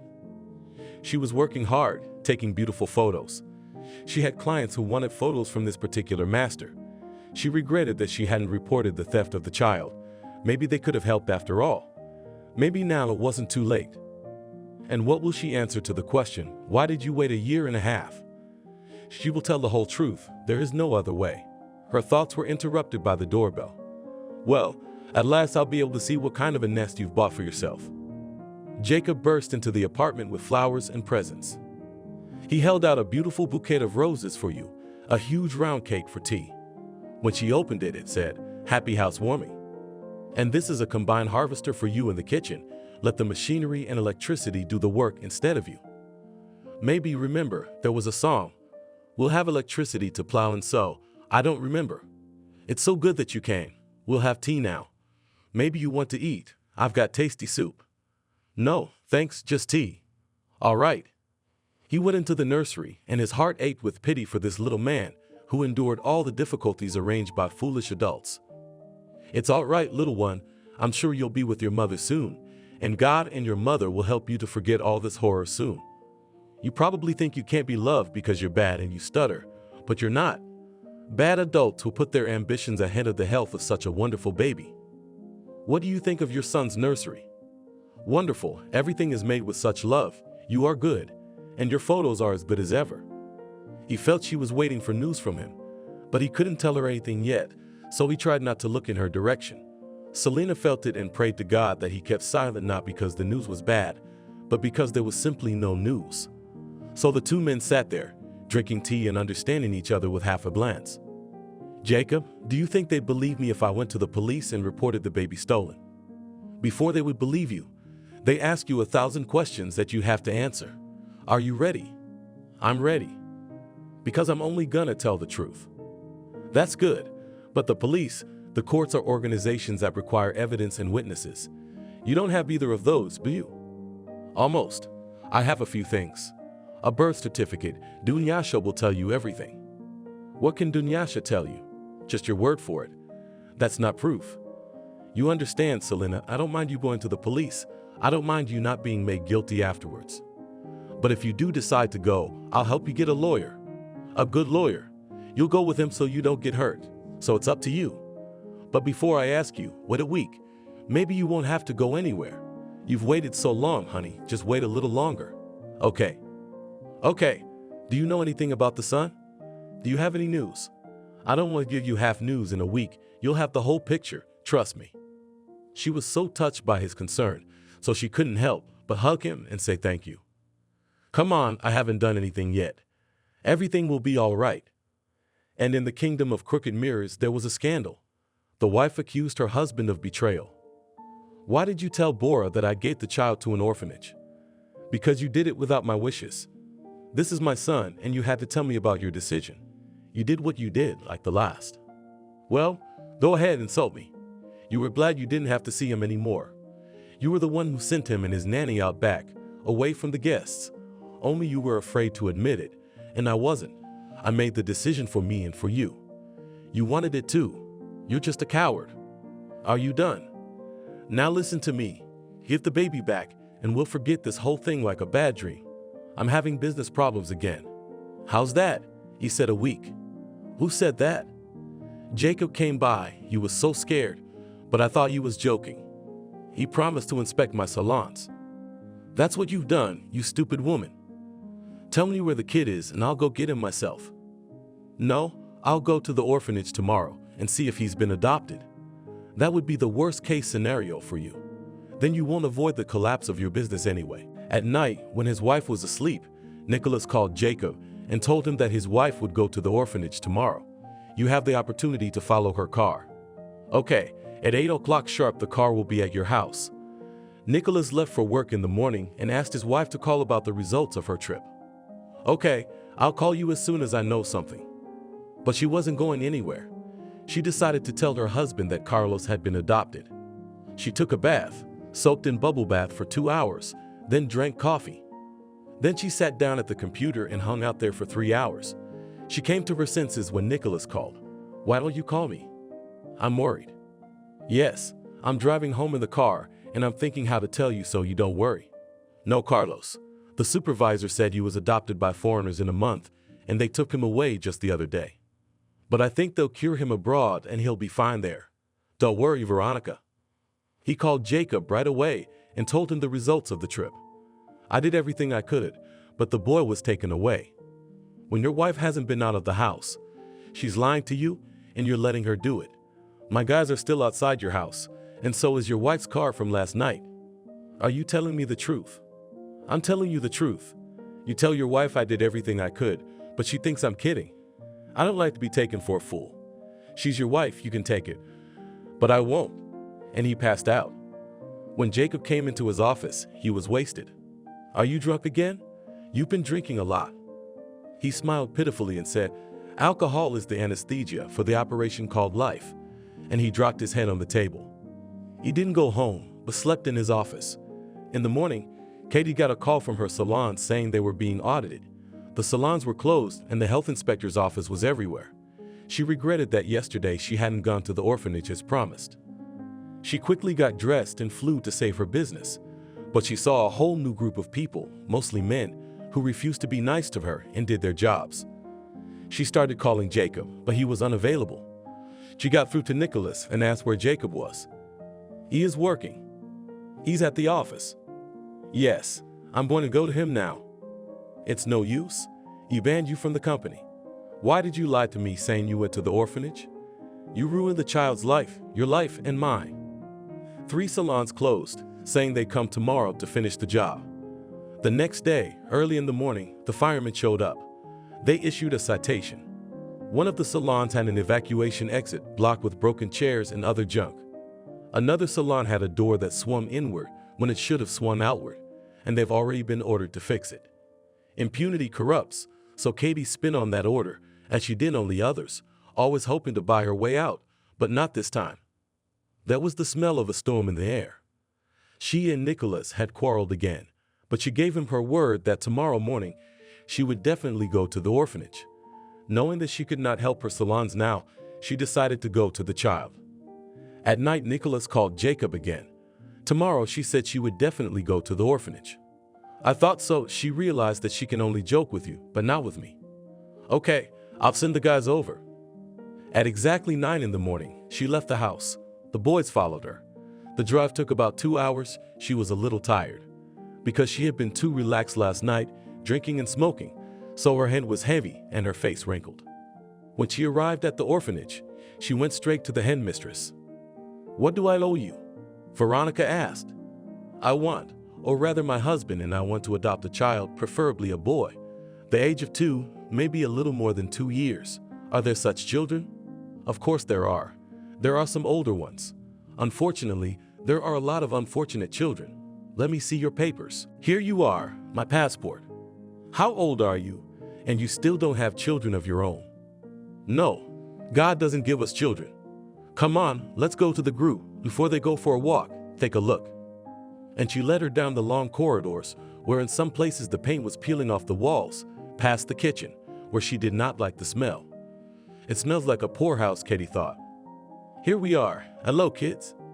Katie looked at the children and immediately saw Carlos among them. The children stood quietly looking at the strange aunt. Suddenly, Carlos came up to her and put his arms around her legs. He must have remembered and recognized her, but he couldn't say anything. Katie's legs gave out and she sat down on the chair. Carlos put his hand on her lap, then looked at her with his kind baby eyes, moved his lips, but there was no sound. She stroked his head, and the baby went back to the children. And then all the other children also ran up to the strange aunt, and everyone wanted to lie on her lap. Here, the supervisor and the teacher took the children and sat them down on the carpet on the floor. Tears were streaming down Katie's face. She ran out of the group and leaned against the wall, crying. Veronica took her under her arm and led her to her office. These children are looking for a mother's caress, and every arrival of some people gives them hope that happiness is possible, that their mother will find them. It's very hard to watch. It's impossible to get used to.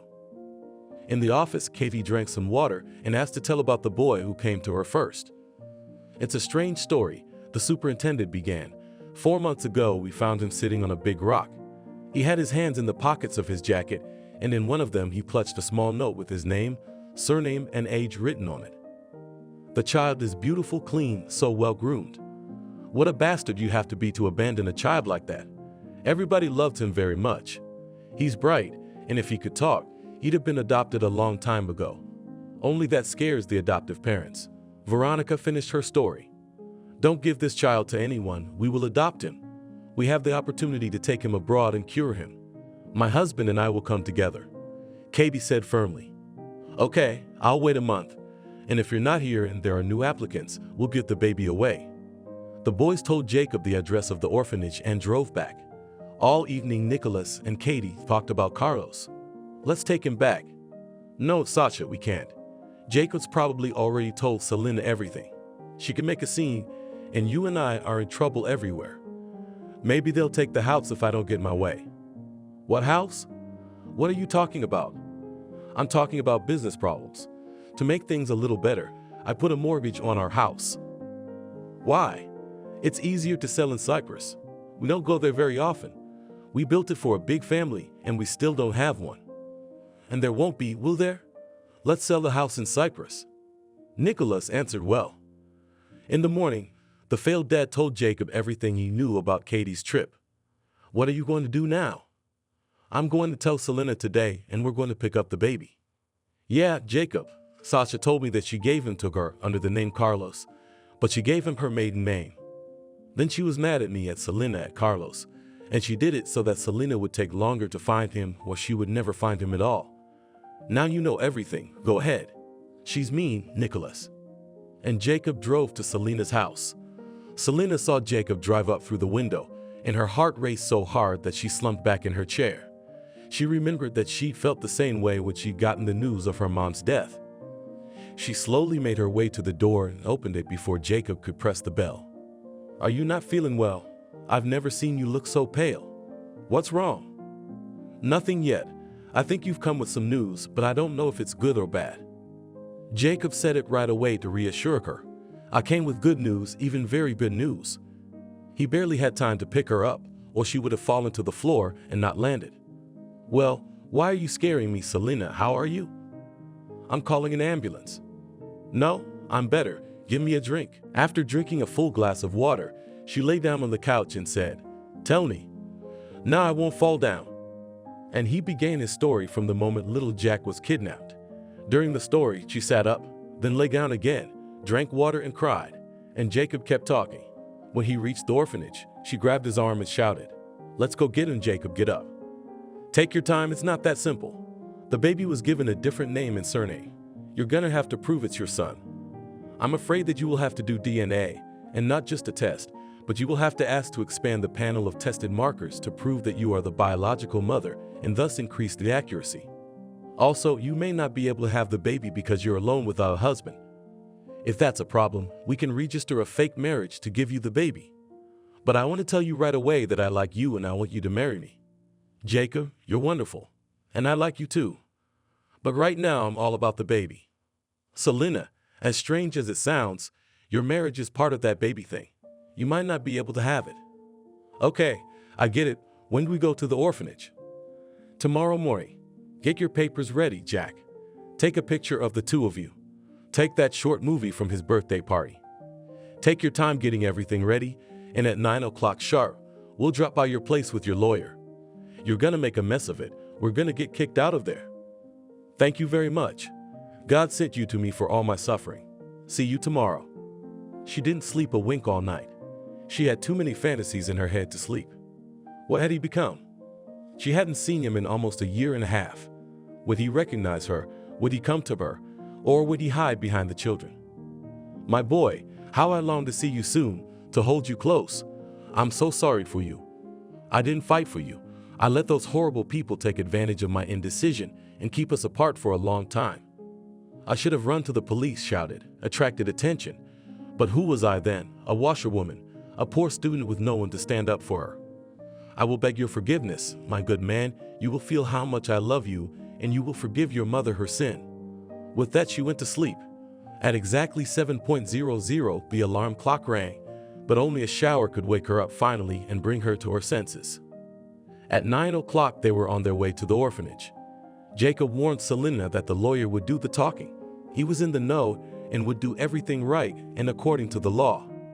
You sit and listen, and if asked, answer the questions. Don't be in a hurry to run to see your son. Basically, for the superintendent, he's someone else's child with a different first and last name. Do you understand, Selena? I get it, Jacob. Don't worry, I won't ruin the meeting. She was shaking and her hands were like ice. So the three of them entered the orphanage and made their way to the superintendent's office. Oh, what a large delegation has come to us. Come in, sit down kindly, offered Veronica. The lawyer presented his documents, then Selena and Jacob showed their documents. When the official part was over, the superintendent got ready to listen to them. The lawyer began. After telling everything from beginning to end, he asked Selena to show a photo, a small movie from his birthday, and Veronica, surprised, said, "So that's Carlos." And Selena snapped, "That's not Carlos, that's my Jack." But Jacob quickly brought her to her senses. The superintendent asked a lot of questions, and when she asked the last one, "Who brought the boy to the orphanage?" Selena wanted to shout again, but Jacob squeezed her hand hard, and she remained silent. "Unfortunately, we don't know that," the lawyer answered. "That's what Nicholas asked her to say. He asked her very much not to give them more problems than they had, although all the problems were their own fault. And can you look at the child? I haven't seen him for a long time, asked Selena. Veronica Tikhonovna felt sorry for the young mother, but she couldn't just give the child away. The mom shows a child that looks like Carlos, but says it's Jack. In the passport, the mom's last name is Kuznetsova, but Carlos's. The lawyer saw Veronica's doubts and suggested DNA. Let your healthcare provider and the child come to the clinic, and from Jack and his mom, take a biomaterial. Your healthcare worker will be present, so agreed? Okay, she said, I'll feel better that way. And I also want to tell you that yesterday a woman came to see me. She also liked Carlos, and I promised her that I would not give this child to anyone. What are you talking about? Selena's not just one of the people who wants to adopt. She's the baby's mother. Yes, of course you're right. A baby is always better off with its mom. Can I see him again? Selena went back to that request. Yes, let's go. And you, she turned to the men. Wait in the office or you can go out for some air. And they went to the group. The children were playing and paid no attention to those who entered. Hello, children. Veronica said hello loudly. As if on command, everyone said hello, stood up and looked at the strange aunt again. She saw Jack at once. How grown up he had become, handsome. He hadn't changed much, just grown up. But the child did not approach her, but stood looking at the aunt, like all children. He has forgotten me, Selena thought sadly. She was about to leave, as the little girl came up to her and asked, Are you my mom? Will you take me away? Selena looked to the teacher and the superintendent for support, and they came to her rescue. No, BT, this is not your mom. We are looking for your mom. If we find her, she will definitely come for you. Okay, said the child quietly and went to the children. It was agreed that tomorrow a nurse will come to the hospital to take the biomaterial from the child. The nurse came again for the result. The lawyer and Selena were present. The result showed that Selena was Jack's biological mother. But Veronica hinted to Selena that it would be better for her to get married first. It would be easier to raise the child that way. I get a nice salary. I bought a one-bedroom apartment. The baby will have its own room. And I'll get married when I see fit. Selena was on edge. She thought she'd never get her little boy. Still, Veronica informed the guardianship authorities to come and check everything. As soon as I get a report from them, you can take the child. A lawyer was present at the inspection. Selena was afraid of these authorities. She had heard so many negative things about them, so a witness would not hurt, especially such an experienced lawyer. The documents are received. The conclusion is written. You can go to get your son. The car is going very slowly. The road is free. Why are we moving so slowly? We are not weaving. We are going 100 kilometers per hour, Jacob replied. Sit down and don't be nervous. An hour later, they arrived at the orphanage. Selena ran to the headmistress. She took her time checking all the documents, photocopied them, and put them in a folder labeled Carlos, with Jack Walker in parentheses. Well, that's it now. You can pick up your son, and she led her to the group. Jack was at the window playing with some girl. She was combing his hair, and he was smiling back at her. Jack called out to him, Selena, but he didn't respond. He'd forgotten the name. He was too young then. He's been called Carlos for almost a year and a half now. I don't want to call him Carlos, Selena said sharply. Mommy, you are very agitated, and I may not give you the baby until you get your nerves fixed. She definitely didn't like Selena. She was a little jumpy. How's the baby gonna be with her? I'm fine. I'd like to believe that. Why don't you pick up the baby tomorrow? Calm down, make him feel more comfortable. No, today. Why can't I pick up my son? You're provoking me by stalling. I've been separated from him for almost a year and a half. Tears came to my eyes and the superintendent gave in. To avoid calling him Carlos, she walked over, took the child's hand and led him over to Selena. Sonny, let's go home. There are toys waiting for you there. But he ran away from her, took the hand of the girl he was playing with, then Selena, and prepared to leave the group. He became friends with this girl. The two of them always played together. She was an orphan. Her parents died in a plane crash. She had a grandmother, but she died. Oleshka, come on, you'll play with the kids, and your friend will go home. That's his mom. But Jack wouldn't let go of the girl and started crying. Let's do it this way. They'll go for a walk now. That's when you'll take him away. All right, I'll wait outside. Jack was one of the first to come out. Selena immediately took him into the car and they drove home. He didn't cry in the car. He kept looking out the window and pointing his finger at things that interested him. Selena couldn't believe they were together again. When they got to the house, Jacob wanted to go in with Selena, but she didn't invite him in, and he didn't want to ask. Jacob walked around the apartment, looking at everything, then went into his room and was surprised at how many new toys there were. In the corner was a small tricycle Jacob had bought. His son got on it right away, but he couldn't ride it. Selena put her feet on the pedals and showed him how to pedal. She helped him a little, and the child rode around the apartment on the first vehicle of his life. He was laughing so hard, and Selena was crying with happiness that her son was finally with her. She barely got him to take a lunch break. Then they watched cartoons. She explained everything to him and he nodded. In the evening he would splash in the bathtub. He liked that too. Maybe at that moment he remembered the pool where he liked to swim so much. All night he slept peacefully. When she went out for a walk in the yard to the playground, the neighbors looked at her in surprise. She had lived here for quite a long time and had no child. Where'd she get a kid from?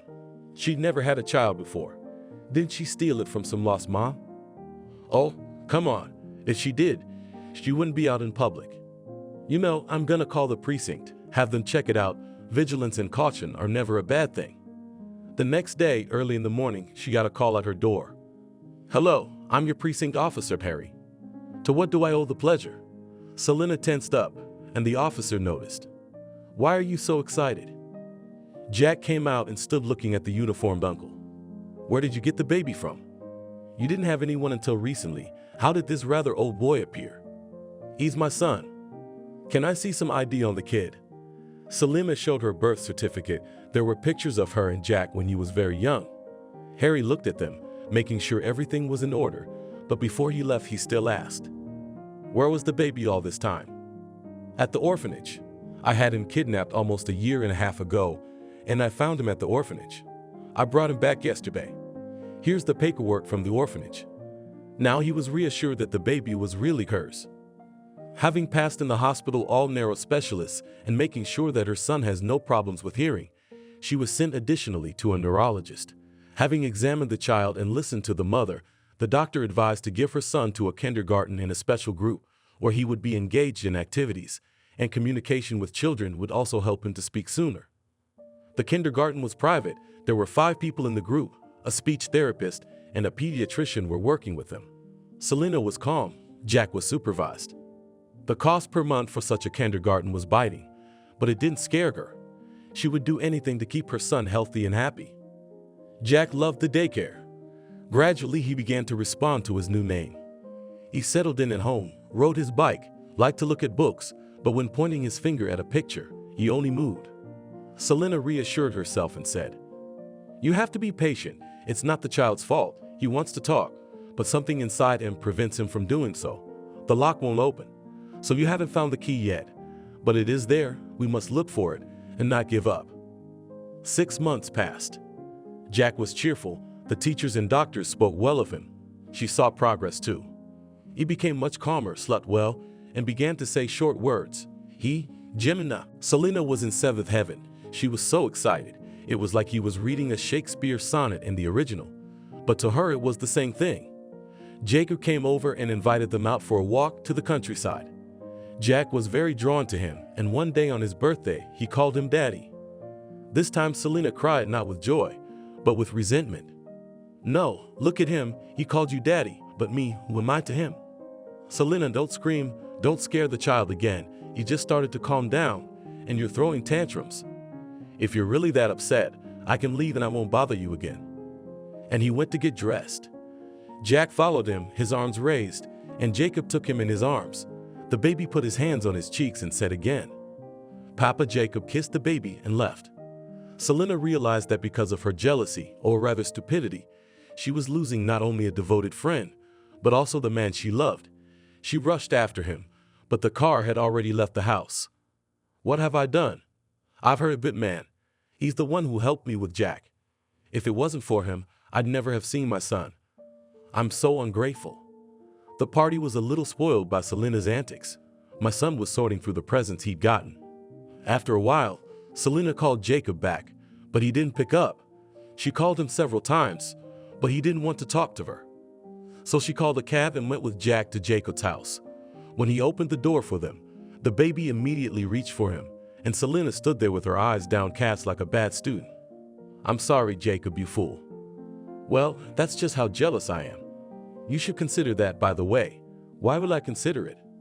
"Why would you? I agreed to marry you." "Well, that's different. You don't resent me?" "Just a little. I can't forgive everything at once. You have to be resentful for a while." "For how long?" "No, it's over. I'm not resentful. But please never raise your voice, especially in front of your son. He needs to live in a calm environment." "Yes, I understand and I agree with you. Selena didn't want a classic wedding. Let's get married and go away for a week." "Where to?" "I'd like to go to the seaside." "But we can do that. Let's go somewhere with children's activities. Let's show Jack the wonders of the world. Maybe the experience will make him talk." After a lot of suggestions, they settled on Copenhagen. Anderson lived there, which means that you can look at everything around you as a fairy tale. Every park in the Danish capital has fairy tale playgrounds. That's where they went, and they did not miss. The son was delighted with the wonders that awaited him in every corner of the children's parks. On this trip, he said the word that Selena's mom had been waiting for so long. He truly loved them both. Loved sincerely, with all his tiny, childlike heart. Despite his age, he already knew what lies and betrayal were. Afraid to offend either of his parents, he hugged them one by one. The young family was happy. Returning from the trip, they were in for a surprise that removed the rose-colored glasses that gave them the feeling of eternal happiness. When the doorbell rang, Selena said cheerfully to Jack, "Here comes Papa's milk already." And the child repeated, "Daddy." When she opened the door, she saw really a daddy she wouldn't want to see for another 100 years. "What do you want?" "I need to talk to you." "What can I talk to you about?" "Take your time, Selena. I came to talk to you about my son." "My son? You told me to have an abortion." "Imagine I had an abortion and you don't have a child, or you put him in an orphanage and he's adopted. What kind of fatherly feelings are there to talk about? Go away, I can't see you." She tried to close the door, but he wouldn't let her. "I realize that I am guilty, but I do not abandon my direct duties, and you have no right to forbid me to communicate with my son. I don't have children, and I never will. This is the only heir I have. Grandma wants to see her grandson too. Let's agree on what day I can come and see the child." "No day. I'm against you hanging out with the kid, especially not with someone like your mom."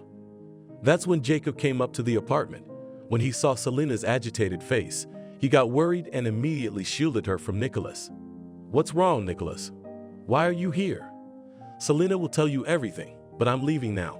Bye." And he left. In order not to scare the child, Selena calmed down and told her the purpose of Nicholas' visit. You see, he now wanted to communicate with his son, in him of paternal feelings. "I remember well how he told me that he didn't need children from a maid, that a maid could give birth to her own kind, and now he's changed his mind. I don't want him hanging out with my son. I don't want that old lady Shapokliak around my child. She humiliated me, and now she wants to communicate with my grandson, whom I gave birth to, for a minute. Why don't you say something, Jacob? What do we do? We need to consult, but as far as I know, if he did not give up parental rights, whether I adopt him or not, he still has the right to communicate with the child and fulfill all the duties of a father, becoming. And if I'm against it? Selena, it's the law and there's nothing you can do.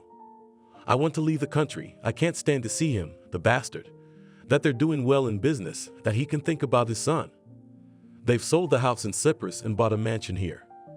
Katie's having trouble with her salons, 2 out of the 5 she had. These are still in business.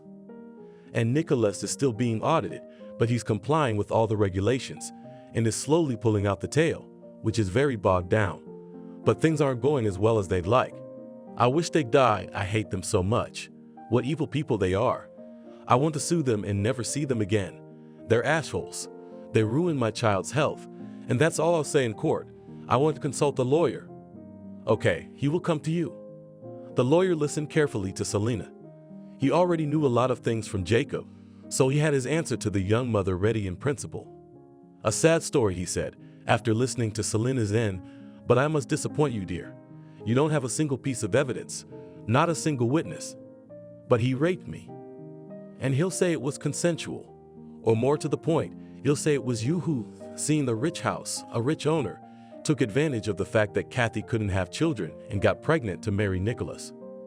There will also be a further question from the prosecutor that you had sexual intercourse on more than one occasion and kept quiet the whole time. But he intimidated me, saying he'd report the theft and I'd go to jail. That's the only reason I kept quiet.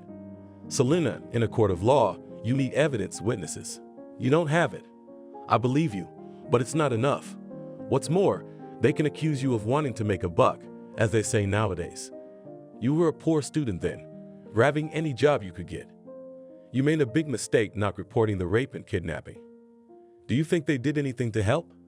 That's a second question, but there would have been statements you could have relied on. But we can at least start the case now, especially since my son's certificate has a dash in the father's column. Up to a year, he was not interested in him at all and did not pay me a cent. I remember the license plate number E122, but I don't remember the order of the letters. That's the car that took my son away, and it was Nicholas who snatched it from my hands. Well, we can find the car, but how can you prove that it was Nicholas who snatched the child from you? Well, a friend of mine who I saw off after my birthday party can confirm that Selena wasn't telling the truth. Demeka had already left, and only then, Nicholas caught up with her and snatched the baby from her hands. But she was willing to sell her soul to the devil to keep that creep out of the baby's life. Is that true? You've never mentioned a witness like that before. Are you sure she'll confirm it? I can call her now, and you can talk to her yourself. Go ahead, that's great. Dumyasha, it's me. Do you remember Jack was kidnapped from me a few years ago? Can you testify in court that you saw Nicholas snatch the baby from me? Selena, I wasn't there. I only know it from what you told me. Well, it's a good thing you can. My lawyer's gonna talk to you now. Tell me everything you know. And she gave the two to the lawyer. Evdokia, good afternoon. Did you really see this crime committed by Nicholas? Dunya froze. What should she do? To lie, as Selena asked her, would be breaking the law. And if she kept silent, that scoundrel would not get what he deserved. How much grief he'd caused her friend. And stepping on the throat of her own song, she answered, "Yes, I saw how this," and she stammered, not knowing what to call this man snatched the child from Selena's arms, and how Jack cried. He was very frightened. Selena, if you're telling the truth, that's very good. Why do you doubt it? Because Selena didn't report the kidnapping with a witness like that, but she was scared for some reason, and that's what confuses me. I mean, he intimidated her the whole time she was a poor student, and he's a respected and wealthy businessman. Thank you, Evdokia. When I have to go to court, I'll tell you. Here Dunyasha became bold and said, I'd love to come, even if he gets a suspended sentence. He'd almost kill the child. When the lawyer left, Selena called Dunyasha and arranged to meet her outside her magazine office. Jacob knew that both Selena and Dunyasha were not telling the truth. He was very worried about his wife. After all, they were such pros in court, they would expose them at once with their tricky questions. The girls should get ready, Jacob thought. The day of the trial came. All the participants were gathered in the corridor. Selena saw Nicholas's lawyer, and after they had talked about something, Nicholas went to her and intimidated her in his usual way. So you're not going to let me see my child? You won't get away with it. I have the right to do it. The law is on my side. And you, when you go out for a walk with your child, raise your head up, look under your feet, and suddenly, and he stopped and moved away from Selena. At that moment, they invited everyone into the courtroom.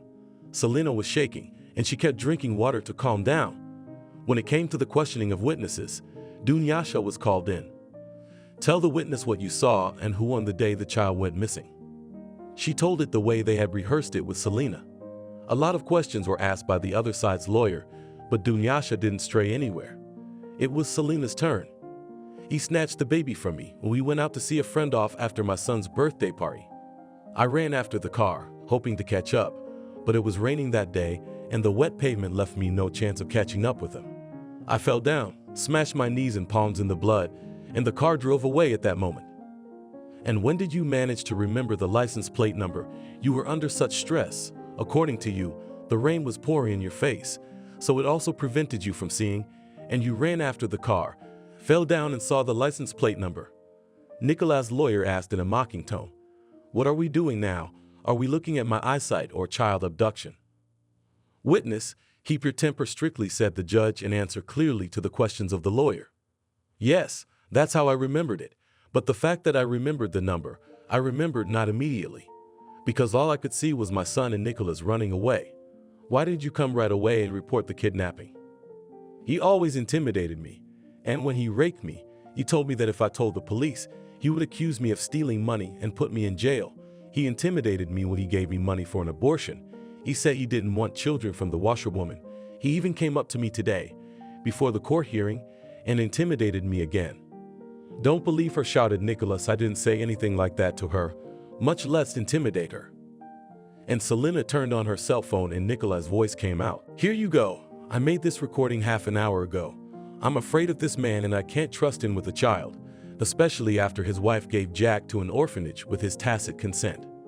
Just because the kid started stuttering. Why was he stuttering? Wasn't it because the grief-stricken father scared him and the child was not immune to it? I asked the honorable court to dismiss the request for communication with the child. This is a scary man. Then both lawyers spoke. Nicholas brought in someone from work. They said what a good boss he was, but Selena didn't listen to them well. She waited for the verdict of the court. The court upheld Nicholas' request. When everyone left the courtroom, Selena couldn't stand up and Dunyasha supported her and brought her to the car. She was so tired that she did not feel joy, but she knew that tomorrow it would look very different. She really hoped never to see this man again in her life or Jack's. 3 years had passed since the events described above. Jack was growing up to be a fine boy. Although he was already reading and writing in print, his parents decided to send him to school at the age of 7. Still, sometimes when he started to worry, he stuttered a little. The doctors thought it was the right decision for his parents. The organism by the age of 7 will still get stronger and everything will be fine. The only thing that still upset Selena and Jacob was the lack of common children. Both of them were perfectly healthy. The doctors told them to be patient and work on it. There is nothing stopping you from having many children. Perhaps the stress of the wife, which she experienced in the first pregnancy, does not give the opportunity to conceive. Just don't despair. And they didn't despair. They just lived, loved each other and Jack. Selena became the editor of a photo magazine and attracted to work in it Dunyasha. She herself was not only engaged in the selection of illustrations and photos, not only responsible for the artistic design of the article or cover, but also very actively photographed. They had some of the most notable artists working for their magazine, and they considered it an honor to be printed in such a cool publication. In Washington, D.C., her photo exhibition, Children Are Our Everything or Love Your Children, was a great success. Instead of the supposed 3 days, the exhibit ran for a week. Jack also visited his mom's exhibition. He asked a lot of questions, which his parents answered. But the last question, none of them could answer. Why don't I have a brother or sister? Jack asked, looking at the photo where the babies were hugging each other. We are thinking about this question, said Dad. Think quickly, because I'm bored alone. I don't even have anyone to cuddle with. That same evening, when Jack fell asleep, Selena sat under her husband's side and said, let's take a kid from the orphanage. Even if it's just one, we can make him happy. When my son was in the orphanage, he was friends with a girl named Olia. He didn't even want to leave without her. But at that moment, I couldn't think of anyone else but my son. So I grabbed him and took him to your car. And now we could go back there with you. How would you like that? Well, it's a big house. You and I make enough money. We can raise the kids. What if she's already adopted? We'll see. We'll take Jack with us. The next weekend, they went to the orphanage where Jack had been taken 3 years ago. The headmistress was not in the office, and they went for a walk in the yard. About 20 minutes passed, and they headed for the building. The door opened in front of them, and who did they see? Nicholas and Katie. Nicholas was holding a boy about 4 years old, who he called Harvey. Desperate to get Jack, they decided to take a child from the orphanage. They thought and argued for a long time and finally came to a consensus. They did a lot of things. It was difficult to forgive them to a simple person, but the Lord, He is so merciful. Selena was so nervous when she saw her former employers that she asked Jacob to put her on the bench. She pulled Jack to her.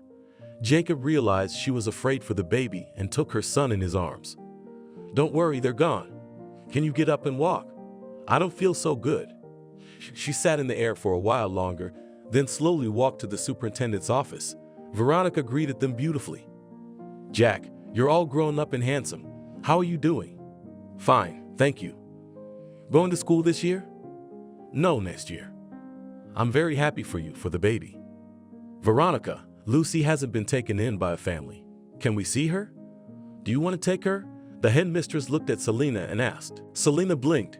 She didn't have the energy to speak. When she entered the group, she said hello as usual, and all the children turned to look at those who had entered the group. And then Lucy, Selena didn't even recognize her, came up to Jack and they hugged. The headmistress stood crying and Selena sat down on a chair. Her husband gave her a drink of water so she could react more calmly. The kids played some more and Jack was picked up by Jacob. We'll get the paperwork together and come get the baby. Thank you. God bless you. Thank you and see you later. As they drove home, Jack kept his mouth shut. Mom, I remember her. She liked to comb my hair and I loved it. He kept talking and reminiscing about his time at the orphanage. During the night, Selena became quite ill. Her temperature rose and her husband called an ambulance. We'll take her to the hospital, examine her, and then we'll tell you what's wrong. They gave her an injection and she slept through the night. In the morning, she donated more blood than she had ever donated in her entire life. By lunchtime, her husband and son arrived. Jacob left his son with Selena and went to the doctor. What's wrong with my wife? Why is her fever so high? She doesn't have a cold. She's got something serious. You're telling it like it is. I can take her abroad if she needs any serious treatment. There's no need to go abroad. This disease is well managed in the United States, especially since it's not a disease, it's a pregnancy. What? He jumped up and down in his chair. You frightened me, my dear. Sit down and calm down. Your wife is 8 weeks pregnant. We can't tell what you're having yet, but it's going well. There are no threats to the fetus. Just be careful, do not overload her, and just love and be attentive to her. That's about all the advice I can give you. You can take her home. And the doctor gave him the discharge papers. When he came into the room, Selena was looking at him, waiting for something to happen. What's wrong with me? Is it serious? Of course it's serious, when the kids weren't a big deal. What kids? What are you talking about? Honey, we're pregnant. We are. Well, of course I've waited so long for this, I'm going to walk around pregnant with you, nursing you for 9 months. Jacob, I can't believe it. I couldn't believe it myself, but the doctor meant it. The doctor came into the room. Has your husband made you happy yet?